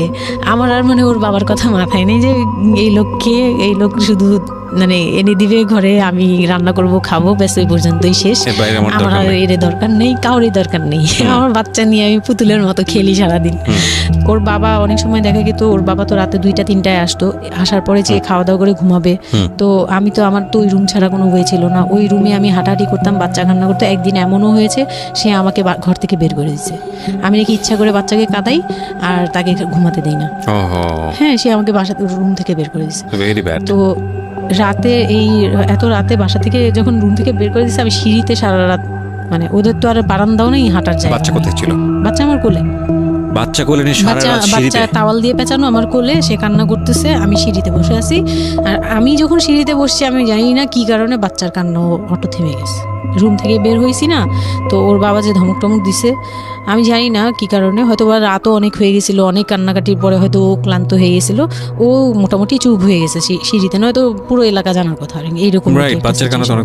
তো আমি সিঁড়িতে বসে বসে কান্না করছি সারা রাত, মানে তখন অলমোস্ট তখন 4টা বাজে, ভেতরে ভাবে ঘুমিয়েছে নাক ডেকে। হ্যাঁ, তখন সে ঘুমাচ্ছে, ভিতরে গিয়ে ঘুমাচ্ছে। আমি এর ভয়ে রুমেই যাইনি, মানে কি না কি করবে আবার, এই জন্য রুমেই যাইনি। তো এই কাজটা করার পরে সে আমার মন থেকে আরও উঠে গেছে। আমার যে দেবর ছিল, যে বললাম যে আমাকে খুব ভালোবাসতো উনি, তো উনি আবার খুব ভোরে আসতো, জুতার ব্যবসায়ী তো, ওনাদের কারখানার সারা রাত কাজ হতো। প্রত্যেক দিন সকালে 5টা-6টা এইভাবে আসতো। তো ঘন্টাখানিক পরে উনি যখন চলে আসছে, তখন আমাকে সিঁড়ি দিয়ে ওঠার সময়, মানে গেট নক করছে, ওনার ওয়াইফ নামছে উপর থেকে, নেমে বলছে তুমি এখানে কেন? আমি বললাম যে এরকম আপনার ভাই ঘুমাতে পারে না, আমাকে বের করে দিচ্ছে। তো সেও খুব নর্মালভাবে নিল ব্যাপারটা, কিন্তু তার ভাই যখন গেট খুলে দেখলো যে আমি জেগে আসি আর ওটা নিয়ে সিঁড়িতে বসছি, তখন সে গালাগালি করতেছে, শালা। ওনার আবার বিয়ের 12 বছর হয়ে গেছে, কিন্তু বাচ্চা কাচ্চা হয়নি। উনি আবার এই দিক থেকে খুব ছিল, যে তার খুব ইচ্ছা ছিল একটা বাচ্চার বাবা হবে। এই তো আমার কোল থেকে বাচ্চাকে নিয়ে বলতেছে, তোমরা আসলে কেউ যোগ্য না, তুমি মা হওয়ার যোগ্য না, ও তো বাপ হওয়ার যোগ্য ছিলই না কোনোদিন, কিন্তু তারপরেও তোমাদের ঘরে দিছে। মানে সে গালাগালি করতেছে না, আমি এতদিন ধরে ট্রাই করতেছি, আমি পাচ্ছি না, আর ওরে দিয়ে দিছে, ওর মতো একটা অপদার্থরে দিয়ে দিছে, মানে এরকম করে বলতেছে। তারপরে হচ্ছে এই উপরে গেলাম, উপরে যাওয়ার পরে আমি ওই রুমে গেলাম, ওনারা বলতেছে আচ্ছা তুমি যাও, আমরা ওকে রাখি। ও ঘন্টাখানিক রাখলো, পরে ঘুমানোর পরে আমাকে আবার ডেকে দিয়ে দিছে বাচ্চাকে, যে ও ঘুমালে আমি দিয়ে আসবো, তুমি রুমে ওরে নিয়ে যেও না, ও আবার কান্নাকাটি করলে বড় ভাই রাগারাগি করতে পারে। তো ওইভাবে আমি আবার রুমে গিয়ে ঘুমালাম, পরে ওনারা দিয়ে গেছে। এই গেল একটা রাত। তারপর আমার বাচ্চাটা যখন 3-4 বছর হয়, মানে এইভাবে বাচ্চা কোলে আদর করতো? বাচ্চা নিতে কোলে নিত না, বাচ্চা কোলে নিতে পারতো না। ও ছোট থেকে এত বুঝতো, মানে তার বাবা কি পছন্দ করতো, কি পছন্দ করতো না, ওগুলা করতো না, মানে খুব কেয়ারফুলি, আর এত শান্ত যে তাকে যে এখানে বসে থাকতে বললে সে 2 ঘন্টাও ওইখানেই খেলতে থাকবে, কিন্তু ওখান থেকে নড়বে চড়বে না। তো আমি চিন্তা করে দেখলাম কি আমি ইম্যাচিউর মাদার, তো হয়তো বা সৃষ্টিকর্তা এর জন্যই আমাকে এরকম একটা ভেবে দিয়েছে যে ওই তোমাকে বুঝুক। ইভেন নাও, মানে এখন যে ও এত বড় হয়ে গেছে, তারপরেও আমাকে অনেক কিছু বুঝায়, মানে সে আমার চেয়ে ভালো বুঝে, আমি বুঝি। তো যাই হোক, ও যখন 3 বছর হলো, 3 বছর 3.5 বছর, তখনই আমি তাকে স্কুলে দিব। এডিট পার্ট আর 15 মিনিট আছে।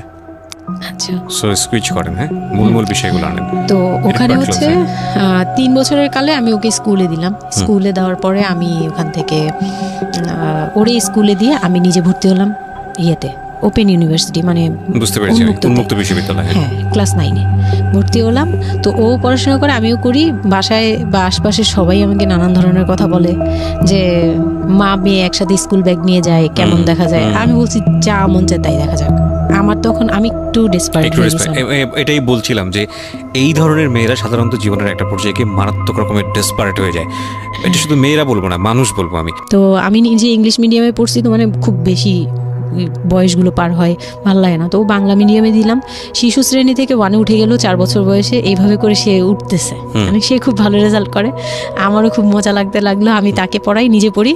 2জন মা মেয়ে মিলে ওকে স্কুলে দিয়ে দেখা যায় আমি আমার কোচিংয়ে যাই। আমি আবার কোচিং করা শুরু করলাম। তো সেও খুব মজা পেত যে তোমার ব্যাগ আর আমার ব্যাগ, মানে ওয়েট করতো। খুব মজার একটা সময় ছিল যে 2জনের টিফিন নিয়ে যাচ্ছি। তো আমরা খুব মজা করে এরকম ক্লাস করতাম। ওর বাবার মাঝখানে একটু জেলাসি হলো, মানে মাঝে মাঝে খুব জেলাসি করতো। তো এইগুলো নিয়ে একটা পর্যায়ে যে বিয়ের প্রায় 6 বছর বা 7 বছর কালে তার বাবা এমনভাবে একটা লোন করলো, 8 লাখ টাকার একটা লোন করলো। আমি এটা বুঝতে পারিনি, আমি তখন মাত্র এসএসসি পাস। রিপন?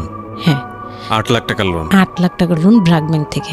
ওকে, 8 লাখ টাকার একটা লোন করলো। আমি তখন জুয়া খেলে একদম কঠিন, তখন সে চরম পর্যায়ে চলে গেছে। বুঝে গেছে, যা হয় বলেন। তারপরে পরে গিয়ে সে কি হলো কি, 8 লাখ টাকার একটা লোন নিবে, এটার জন্য বোর্ড সিগনেচার নাকি লাগে। আমি এটা জানতাম না।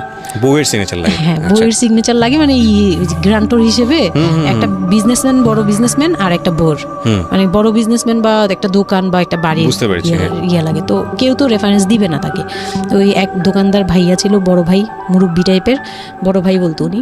ওই লোকটা দিছে সিগনেচার, আর আমার সিগনেচার না তো কোনো ব্যাপারই না, কারণ আমাকে যা দিবে আমি তাই, আমার কি বা আছে আর আমার কাছে কি বা লিখে নিবে, মানে নাও একটা সিগনেচার দাও, তোমার কিছু হবে না, এটা জাস্ট একটা ফর্মালিটি, এভাবে বলছে।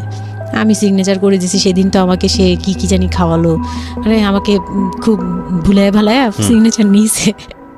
তারপরে থেকে শুরু হয়েছে আমার মানে লাইফের সব, মানে আমি কত বড় ভুলটা করছি। তারপর থেকে সে নাই একবারে নাই। মানে সে বাসা ভাড়া নিয়েছিলাম এর মাঝখানে, এটা বলতে ভুলে গেছি, যে আমার দেবর ননদের বিয়ে হওয়ার পরে ওই